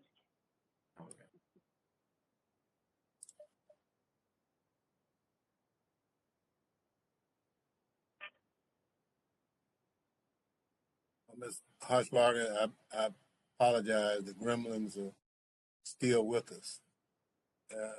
Okay. Can you hear me on the phone line? We can hear you on the phone line. Okay, let's just do it that way. Who knows what's going on? Hey, if it was as easy to fix, I should call FEMA. Maybe they can do that. So anyway, I just thank you, Chairman and Ranking Member and Madam Administrator. I just wanted to talk a little bit about something some of my colleagues have already talked about, and that is the like the disaster relief, the disaster declaration. Some of these smaller counties. I have a small county in Unicoi, Tennessee, and they had a flood event in March of 2020, and they just received money as of last month due to that flood that damaged some of the roadways. And, you know, they weren't able to meet their threshold, and they finally did the paperwork. And my concern, even after they were approved, it took 8 months to receive their money. And, you know, in a small county, when you have maybe 2 employees, it takes one doing this full time in order to do the paperwork to get the money from those disasters. And it's all the documentation, things like that. So I just want you to be aware of that, Madam Administrator, that sometimes on these smaller counties, it took over a year to get that money to them, and they have to figure out how they're going to budget that in order to make those road repairs. So that's a concern. And I kind of want to switch gears and talk about our national stockpile problems. And COVID-19 made those very, very apparent, you know, as far as supply chains are concerned. And these problems with the supply chain severely impacted the ability of the country to respond to the pandemic, and it put our economic and national security in jeopardy. And I can tell you this, as being a pharmacy owner, in 3 weeks, I could not get medications. I couldn't get hydroxychloroquine. I couldn't get the powder to make it. I couldn't get supplements, vitamins, and that's just in a 3-week period. And that is critical. I consider that critical infrastructure as far as the nation goes. It is imperative that we have those. And as a nation, we lack a clear understanding of the supply chain outside of the Department of Defense environment. And the public safety industrial supply chain must be comparable to how the DoD manages the defense industrial base. And that includes things like procurement, acquisition, long-term contracting, asset viability, material distribution, and tracking of emergency threats that proactively support supply chain assurance. I guess my question is, core capabilities like supply chain security and supply chain risk management have habitually been underinvested in. And how should our nation determine in detail and understand the interdependencies of the public safety industrial supply chain and the impacts it will have on operations if interrupted? What we learned through COVID-19 is truly how, as you stated, critical our supply chain is. It is a piece of our critical infrastructure, but really just how fragile it can be as well. And, you know, as we were working through our ability to maximize and support the supply chain to make sure that we could keep resources moving, we learned a lot of lessons about our role and how we can interact with the private sector. think that we have two roles. One is, how do we, during disasters, make sure we get the supply chain up and running quickly so they can continue to bring supplies in, because FEMA can never replace what the private sector brings to the table. But also, how can then we integrate the private sector into our operations to better support the initial response needs? FEMA has started a lot of conversations across the private sector in different sectors, healthcare, housing, and so forth, to see how we can work better together to improve the resiliency of the supply chain, to make sure that we don't have or we're reducing any potential impacts to disrupting the supply chain. Okay, thank you for that. Well, after I've had such microphone troubles, I'll just yield back, Chairman. Thank you. Young lady is very kind. Thank you much. Chair recognizes the young lady from California for 5 minutes, Ms. Barragan. Thank you, Mr. Chairman, and thank you for holding this hearing. Thank you, Administrator, for being with us today and all your work. The Trump administration took unprecedented steps to criticize natural disaster survivors and continuously threaten to deny or withdraw aid to jurisdictions such as Puerto Rico and California, while praising and announcing more money for areas that had a large number of Trump supporters. Their actions threaten the recovery process for disaster survivors. While it is the executive branch that carries out various response and recovery programs to help communities rebuild after a disaster, it is Congress's responsibility to conduct oversight to ensure the American people are receiving a fair, effective response from the federal government.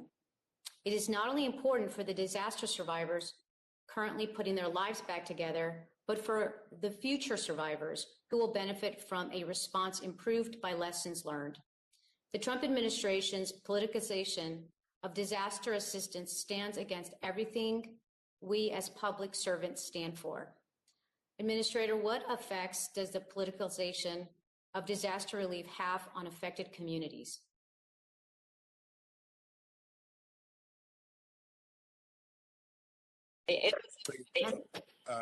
Start your question, your answer again. We kind of had a delay. Understood.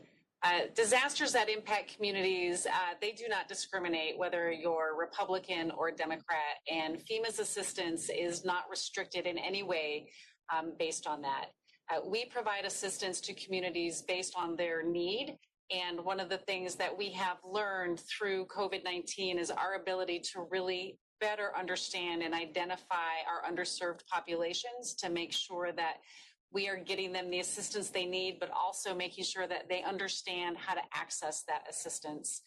And that's FEMA's role. We are going to help people before, during, and after disasters, making sure that they get what they need to recover from whatever that event was. And do you agree it would be dangerous if we started to politicize who gets disaster relief? It would absolutely be dangerous. We should be basing disaster assistance on the needs of the community and the impacts that they experienced. Well, thank you. How can we assure that never happens again, that we are politicizing the disaster need? You know, the policies that FEMA has and the Stafford Act that guides our ability to provide assistance clearly sets out how we provide assistance. And as long as we're following the guidance set forth in there, we will be able to continue to provide assistance to all communities that are impacted. Well, thank you. Administrator, I also want to thank you for the work that you have done in working across agencies to help at the southern border. I have been there firsthand. I have seen what the difference has been in getting children out of, Border Patrol custody and into HHS, and in the role that you all played and how it's been very helpful. So I want to thank you for that. My next question is about, reports that the sites, the FEMA assisted sites of the mass vaccination centers are winding down. They're coming to a close. What is FEMA's role moving forward in assisting in the vaccination efforts? And is there any consideration being given on reopening these mass vaccination centers when maybe, say, boosters are going to be necessary for, the population? FEMA has supported the vaccination effort in a variety of different ways. We are supporting approximately 2,100 community vaccination centers across the country, 39 of which were federally run community vaccination sites. Our ongoing support for the 2,100 continues by providing financial assistance, personnel, resources as needed based on what the community needs and how they're doing with their outreach to their populations to get them vaccinated.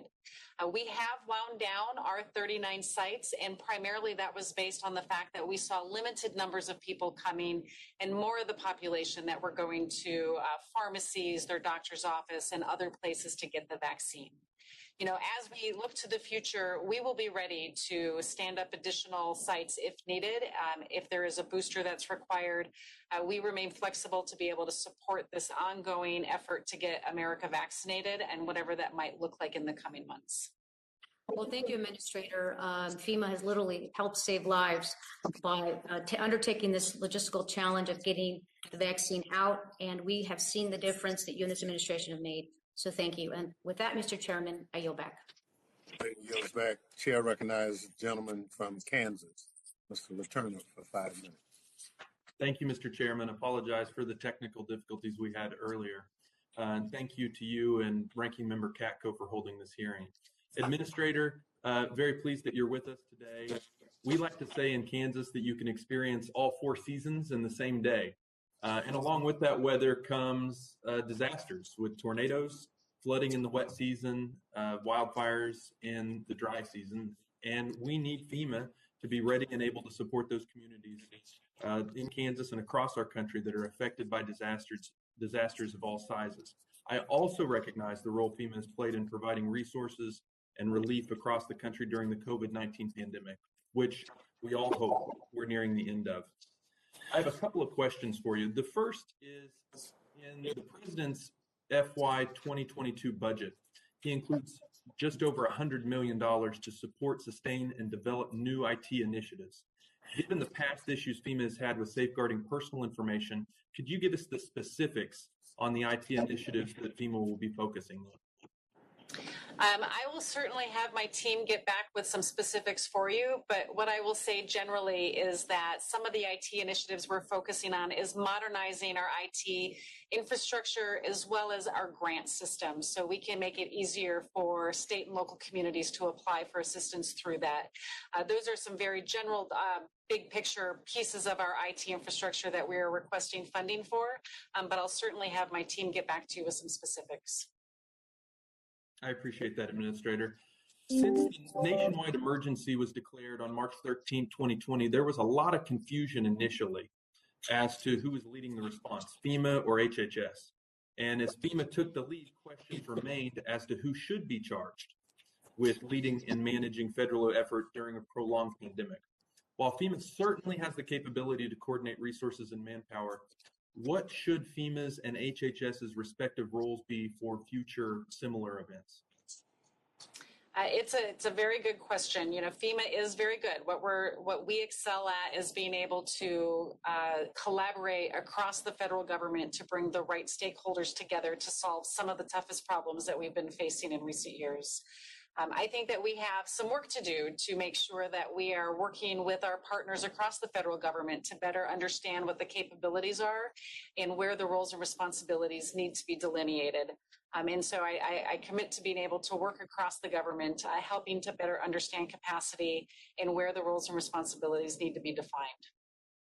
Administrator, could you get a little more detailed on that? Do you think that needs to take shape in the form of legislation? Are those conversations that you're currently having now or ones that you plan on having in the future? They are conversations that we're having now as we work with HHS and in our continued response to COVID-19. And if there is a point in time where I think it needs legislation, I'm certainly happy to get back with you and how we would make that happen. As you know, a number of state governors are moving to end their state's incident period for COVID-19 major disaster declaration. Does FEMA currently have a projected timeline for when the COVID-19 major disaster declarations might end? We are reviewing that currently on when that might happen. It's not going to happen in the very near future. And we will make sure that we're providing ample notice for jurisdictions so they understand what the impacts of that might be. I appreciate that. You touched on this a little bit earlier, but if you could go into a little more depth. Ending the state's COVID-19 major disaster declarations affect the resources available to states, and what resources will still be available to states under the nationwide emergency declaration. After this is over, it would be nice for states to have some idea of what's going to be available to them.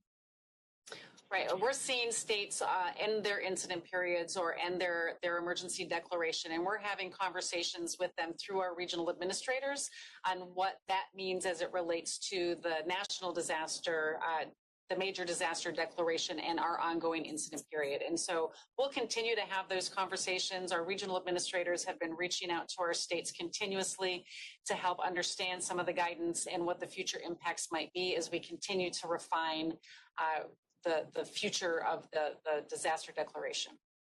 Are you doing personal outreach to any of the states, or comprehensive calls that governors and their teams are able to participate in, or is it done region by region primarily? So we like to have our regional administrators do the majority of that outreach, but I have been communicating with the national organizations that bring together the leadership from across the country to answer some of these same questions. Okay. Administrator, I appreciate your time, and I yield back, Mr. Chairman. Gentleman yields back. Chair recognizes the gentleman from New York for 5 minutes, Mr. Torres. Good morning, Administrator. You were the New York City Commissioner of Emergency Management. We're no stranger to the cataclysmic challenges confronting health and hospitals during COVID-19. As you know, there may be no health system in the United States that came under greater strain during COVID than health and hospitals. New York City was the epicenter of the first coronavirus wave, and health and hospitals, as a safety net health system, was the hardest hit not only by the rapid influx, but also by the sheer intensity and complexity of coronavirus cases. FEMA provides reimbursements to, quote, expanded medical facilities. As you know, health and hospitals had to expand their medical facilities and contract out surge staff in order to keep pace with what the New York Times infamously described as a, quote, apocalyptic coronavirus surge. And yet, inexplicably, FEMA refuses to reimburse health and hospitals for that capacity expansion. Can you be inexplicable to deny or delay reimbursement to hospitals?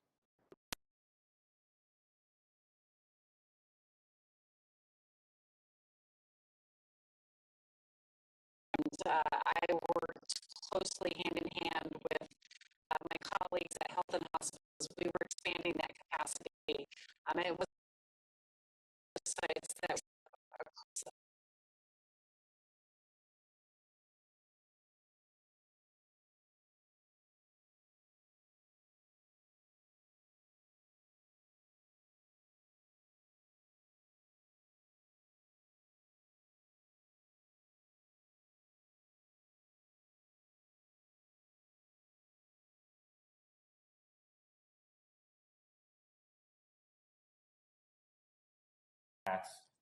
to your agency, to you directly. Quote, FEMA Region 2 asserts that health and hospital facilities were not expanded in their entirety, and that health and hospitals must prove which portions of our systems were expanded versus unexpanded, and then the contracted surge staff to only expanded areas in order to be eligible for FEMA funding. As Health and Hospitals has explained previously in writing and at multiple working sessions with FEMA Region 2, this is neither required by FEMA guidance nor feasible. Moreover, it does not reflect the operational or clinical realities experienced by health and hospitals during the height of the pandemic. Given the terrible volume and intensity of the first wave of COVID, all health and hospital facilities were expanded in their entirety to battle the virus. Everything the CEO said is entirely true. As you know, during the early wave of the pandemic, the whole health and hospital system became a COVID emergency center. Right? There was virtually no testing. So everyone entering the system was presumed to have COVID-19. There was a severe shortage of testing, a severe shortage of PPE. There were medical personnel with minimal PPE falling ill to the virus, hence the need for surge staffing. And in my view, if the 11 hospitals and health and hospitals do not qualify as expanded medical facilities, then no hospitals in America qualify as expanded medical facilities because no health system was as overwhelmed as health and hospitals.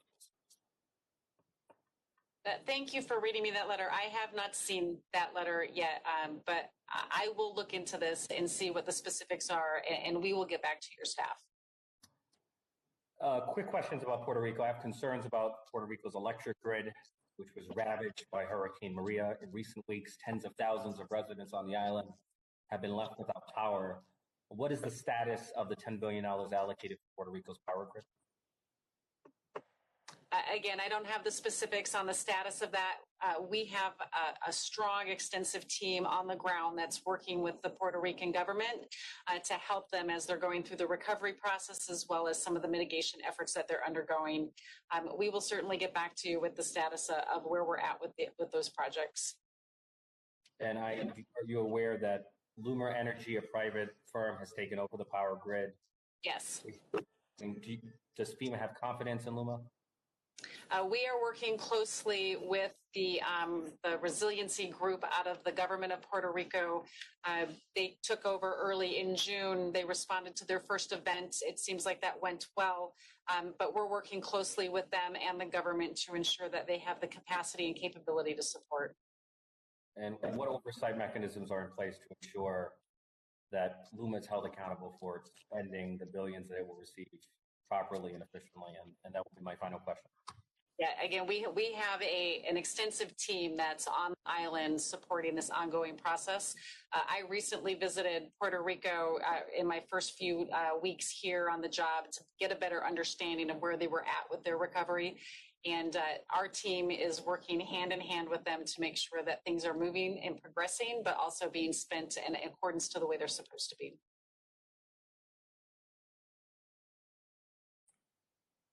Gentleman's time has expired.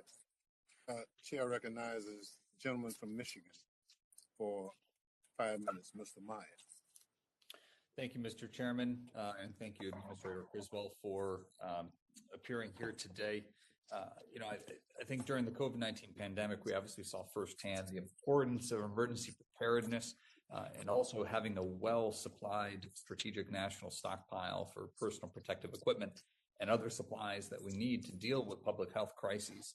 I just want to make sure that we are learning all the lessons that we can from this pandemic and that we put those towards preparing for crises that may come down the road. Typically, FEMA can move resources from unaffected areas to affected areas during disasters. When you have one region that's impacted or one state, we can surge supplies from others. When we have something that impacts us nationally, as COVID did during a pandemic, we saw the significant supply shortages that arose when we had more of that regional impulse rather than the assumption that we'd be having to act on a national level. Along with the strategic national stockpile at the federal level, Michigan maintains its own Michigan Strategic National Stockpile, which is managed directly by our Department of Community Health.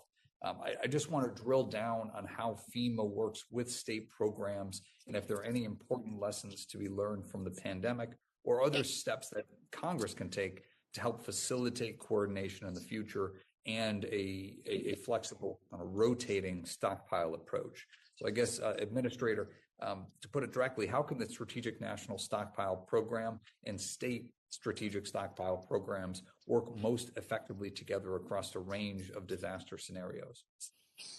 Yeah, as you stated, the COVID-19 pandemic was the first time that our resources have been needed across all 50 states and our tribes and territories. And it really stretched our ability to move resources from jurisdiction to jurisdiction. I know that state and local jurisdictions have been building their own stockpiles for many years, and some of the things that our role is helping them understand what their needs are, where their gaps exist, and help them fill those gaps through whether it's applying for grant funding that we have or through other resources. our focus is really to work with the state and local jurisdictions to better understand where their capabilities are and help them to close those gaps as needed through whatever federal resource might be part of that. And you mentioned those federal resources. Do you believe that FEMA or that Congress or some play between the two should be incentivizing states that don't already have their own stockpiles to create them? I think that having your own capability, that's the first stop, right? Where disasters all start and end at the local level. And so the more capacity that we can build at the local level, the better they're going to be able to respond and not need support from the federal government. That level of capacity building is the first step in creating a prepared and resilient nation. And whatever we can do to help generate that level of capacity building, I think it is a step in the right direction. Yeah, and I know on the household level, I mean, one of the recommendations that FEMA gives is, to have sufficient food on hand. I think it's a week's worth of food is usually that recommendation, but that whole approach of in your pantry, you have the canned goods, you put the newest one in back and then take from the front so that you have that depth, right? We're dealing with a lot of products in our strategic stockpile, whether they're masks or ventilators or a range of additional equipment that has an expiration date. Does FEMA work with the states to manage that optimal balance where items that may have an expiration date of 5 years' time, you have a 5-year window of supplies that get drawn down and replenished consecutively, if that makes sense? I mean, do we have that mechanism in place to be able to best optimize the efficiency of those stockpiles? I think where our role comes in with that, again, is working with our states to help them understand where their capacity is at and how they can best maintain that capacity. And we provide technical assistance to states that request it to help them work through those level of details. And we will be able to continue to provide that assistance through our National Preparedness Division. Thank you. And just a final quick question. Do you feel, in your experience, that states without their own stockpiles are at a disadvantage when it comes to federal assistance? I wouldn't say that they're at a disadvantage when it comes to federal assistance. I think that, again, we're trying to build capacity at the federal, state, and local level. And if there is, through our process of trying to understand that capacity through some of our established practices, the threat hazard risk assessment process, we have an idea of where those gaps may exist. And so we can better prepare as we're seeing storms or other disasters happen. So we know where those gaps might be, so we can be prepared to respond appropriately. Thank you, Administrator. And thank you, Mr. Chairman. I yield back. Thank you very much. Chair recognizes the gentleman from Texas for 5 minutes, Mr. Green. Thank you, Mr. Chairman. Mr. Chairman, I have intelligence indicating that a 2020 RAND survey commissioned by FEMA found serious cultural issues at the Agency for People of Color and Minorities. The survey assessed gender bias, sexual harassment, and gender discrimination. This survey found that 29% of the employees expressed the view that their civil rights were being violated. 20% reported having experienced civil rights violations based on sex, and 18% reported having experienced civil rights violations based on race or ethnicity. So this begs the question, what is FEMA doing to address these allegations? So Madam Administrator, thank you for being with us today. Sorry to rush right into this. I've been busy with some other committee assignments as well, and if this has already been broached, this issue has been brought to your attention. I beg that you would forgive me for asking it twice, but these are things of concern to me. It's a very important issue, absolutely. And I'm very familiar with the RAND study that the previous administration commissioned as a result of some of the actions that we found were happening across the agency. Harassment at every level, at any level, is not tolerated. And I have worked with my team to better understand where we were at in addressing the findings within that RAND report. prior to my arrival, they had created a culture improvement action plan to begin that process. And we have recently reviewed that plan, added some more metrics to measure our approach to addressing that, and have reissued it out to the workforce so they understand that this is a commitment of mine to make sure that we hear our employees, understand what their concerns are, and we are measuring our progress against addressing those concerns. The RAND study also suggested that we do a follow-on survey, which we have done, and we are right now compiling the results from that survey. But we are going to continue to tackle this head on because this is an incredibly important issue. Our workforce is our number one priority, and that level of harassment and discrimination is not going to be tolerated. Well, I greatly appreciate your answer. Let me just add one additional commentary. The survey reported that 40% were told to drop the gender claims and 42% were told to drop their racial claims. I know that you're doing what you can and you're moving into this area as expeditiously as possible, but that does create some concern that people are encouraged to drop their claims. Any comments that you'd like to give on the claims that are being dropped? No, it's a very concerning claim. And I would say one of the things that we did to address that directly was we established an Office of Professional Responsibility. And so this is something that we did not have in the past. And now it provides a mechanism for employees to reach out and report misconduct. And we have an actual investigative unit that can address those and research them and identify the validity of that claim and then take action as appropriate. Well, I do thank you very much for looking into this, and I'm eager to hear what the results are. If at all possible, could you please keep me informed as to how we proceed with it? Yes, I'd like to sort of track it if I may. And by the way, I'm going to salute you for a great job being done. So it's just important that I stay on top of this. Yes, sir. Absolutely. I'll yield back the balance of my time. Gentleman yields back. Chair recognizes the gentleman from Texas for 5 minutes. Thank you, Mr. Chairman. Thank you, Administrator, for your time today. I'd like to just ask you a couple questions to start with. And thanks for your service as a firefighter. I understand that there's a lot of good lessons learned there. Somebody who served in the military, I think those types of jobs can really teach us about preparedness. Would you say that COVID-19 is a concern to FEMA? I think COVID-19 is a concern across the country. As we continue to see new variants develop, we want to make sure that we are staying on top of the situation and putting measures in place to protect our workforce. Yeah, and I appreciate your statement saying that FEMA will continue to take all necessary measures to prioritize your workforce health and safety within the COVID-19 environment. And also, would you say that FEMA is committed to taking every step towards mitigating any disaster? I mean, you kind of say that as a firefighter, you understand the impact that mitigation has. So are you committed to taking every single step you can if you know about disasters that FEMA is working on? Are you committed to taking every step possible to mitigating them? Yeah, I think that we have a responsibility and a tremendous opportunity right now to increase our approach to mitigation and reducing impacts from future disasters. And so it's one of my top priorities is to make sure that we are being very proactive and deliberate in our efforts in that.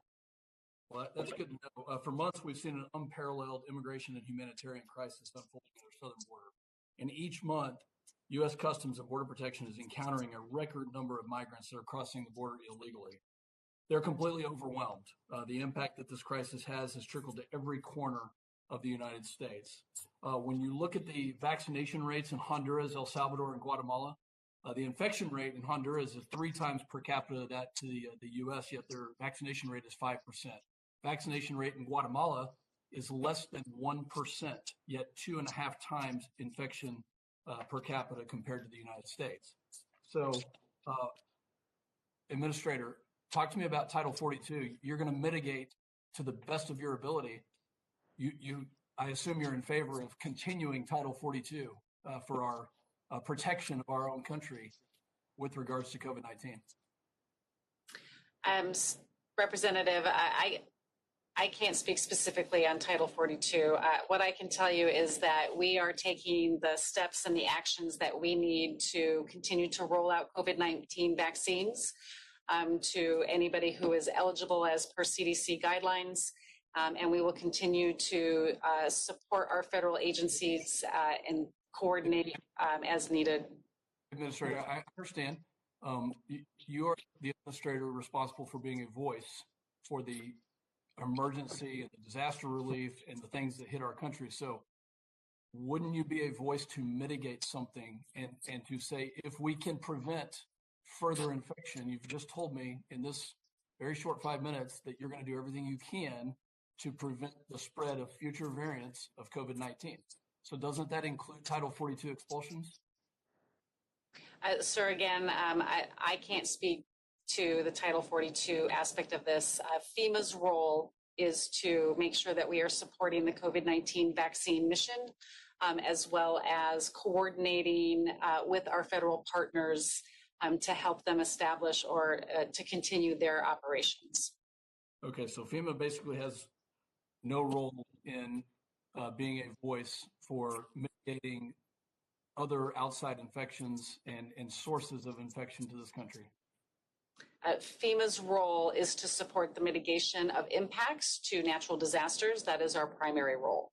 I would say an impact to natural disaster that we have is using something like Title 42 to make sure that we don't continue to have increases in a pandemic that are impacting our country, impacting our own population. And so I would expect that with your professional experience as a firefighter and now in your professional role that you would be a voice for that.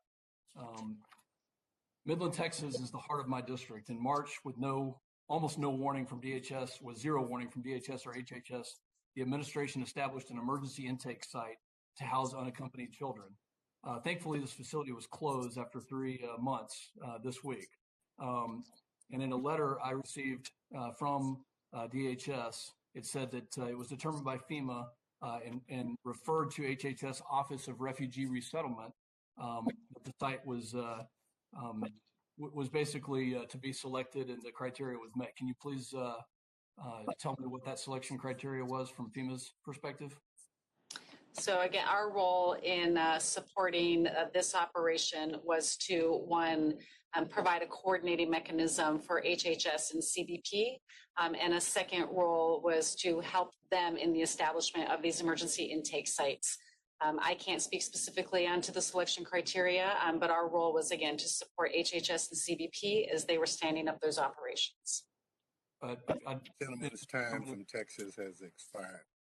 Chair recognizes the gentleman from New Jersey, Mr. Malinowski.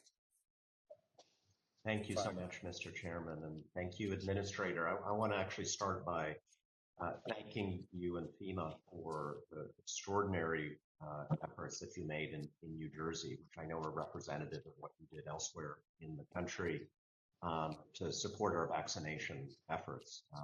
We had one site in Newark, New Jersey, a FEMA-run site where more than 220,000 people were vaccinated. And it's one reason why we are doing very, very well as a state in beating back this terrible disease.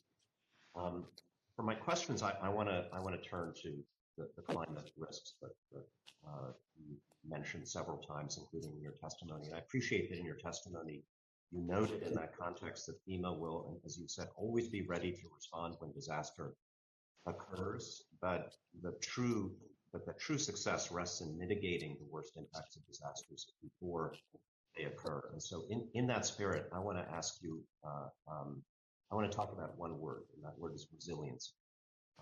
We have in the bipartisan infrastructure deal $40 billion in this category of resiliency. And don't get me wrong, I support it. This is money we have to spend. I support what FEMA does on resiliency. But I'm concerned that sometimes some of my colleagues treat that resiliency money as if that is our response to climate change, as if that is somehow green. And I would note one story that I'm sure you recently saw. The city of Miami asked the Army Corps recently, what are we going to do about rising sea levels? How are we going to protect ourselves? And The Army Corps came back and said, well, here's what you do. You build a 6-mile long, 20-foot high seawall. It's going to cost you $6 billion. Obviously, no one in Miami was happy to hear that news. And I've seen estimates from organizations like the Center for Climate Integrity that to protect every community in the United States just by building seawalls against the climate change that is already happening would cost around $400 billion for storm protection. And the Army Corps doesn't have that kind of money, even with what we're about to appropriate. So obviously, we're going to see cities that are wealthier protecting themselves, communities that are less wealthy, unable to do anything. And so I want to ask just your thoughts on this. I presume, obviously, FEMA will do what's necessary to protect our communities with the budget that you have. I presume you agree that it would be better if we made these investments to prevent the catastrophic effects of climate change rather than simply investing in resilience. Yes, sir. We are really at a pivotal time, right? We're seeing more impacts from disasters, more frequent disasters, and we have an opportunity to really make a generational level difference in the investments that we make to protect not only our children, but our grandchildren from the impacts from these future threats. FEMA has a small role in that. We do have several mitigation grant funds available, but they don't come to the level of the types of projects that you're talking about. But what we do have is within the programs, and in particularly the BRIC program, the Building Resilient Infrastructure and Communities program, we've increased the amount of the federal share so we can start to do more community-wide and system-wide projects within the communities. And we also, as part of that process, really encourage them to partner with other types of mitigation efforts that are ongoing to reduce the impact. And so I think it's through this type of a partnership across many different agencies, whether it's federal agencies, private sector, and the communities themselves, that we really work together to better understand what they think their future risks are going to be. And we do some long-term visionary planning for how we can reduce the impacts from those risks.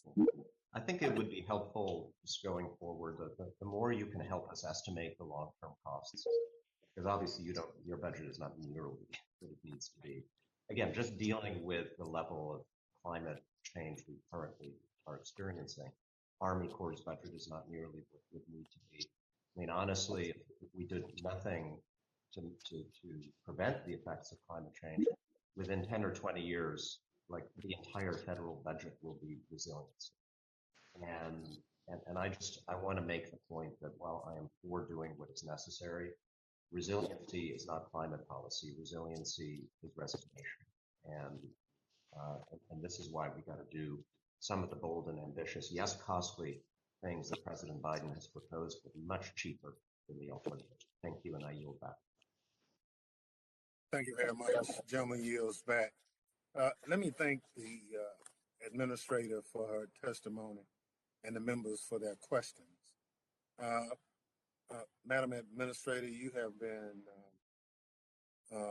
an excellent witness. You're an excellent example for FEMA and its role here in responding to disasters.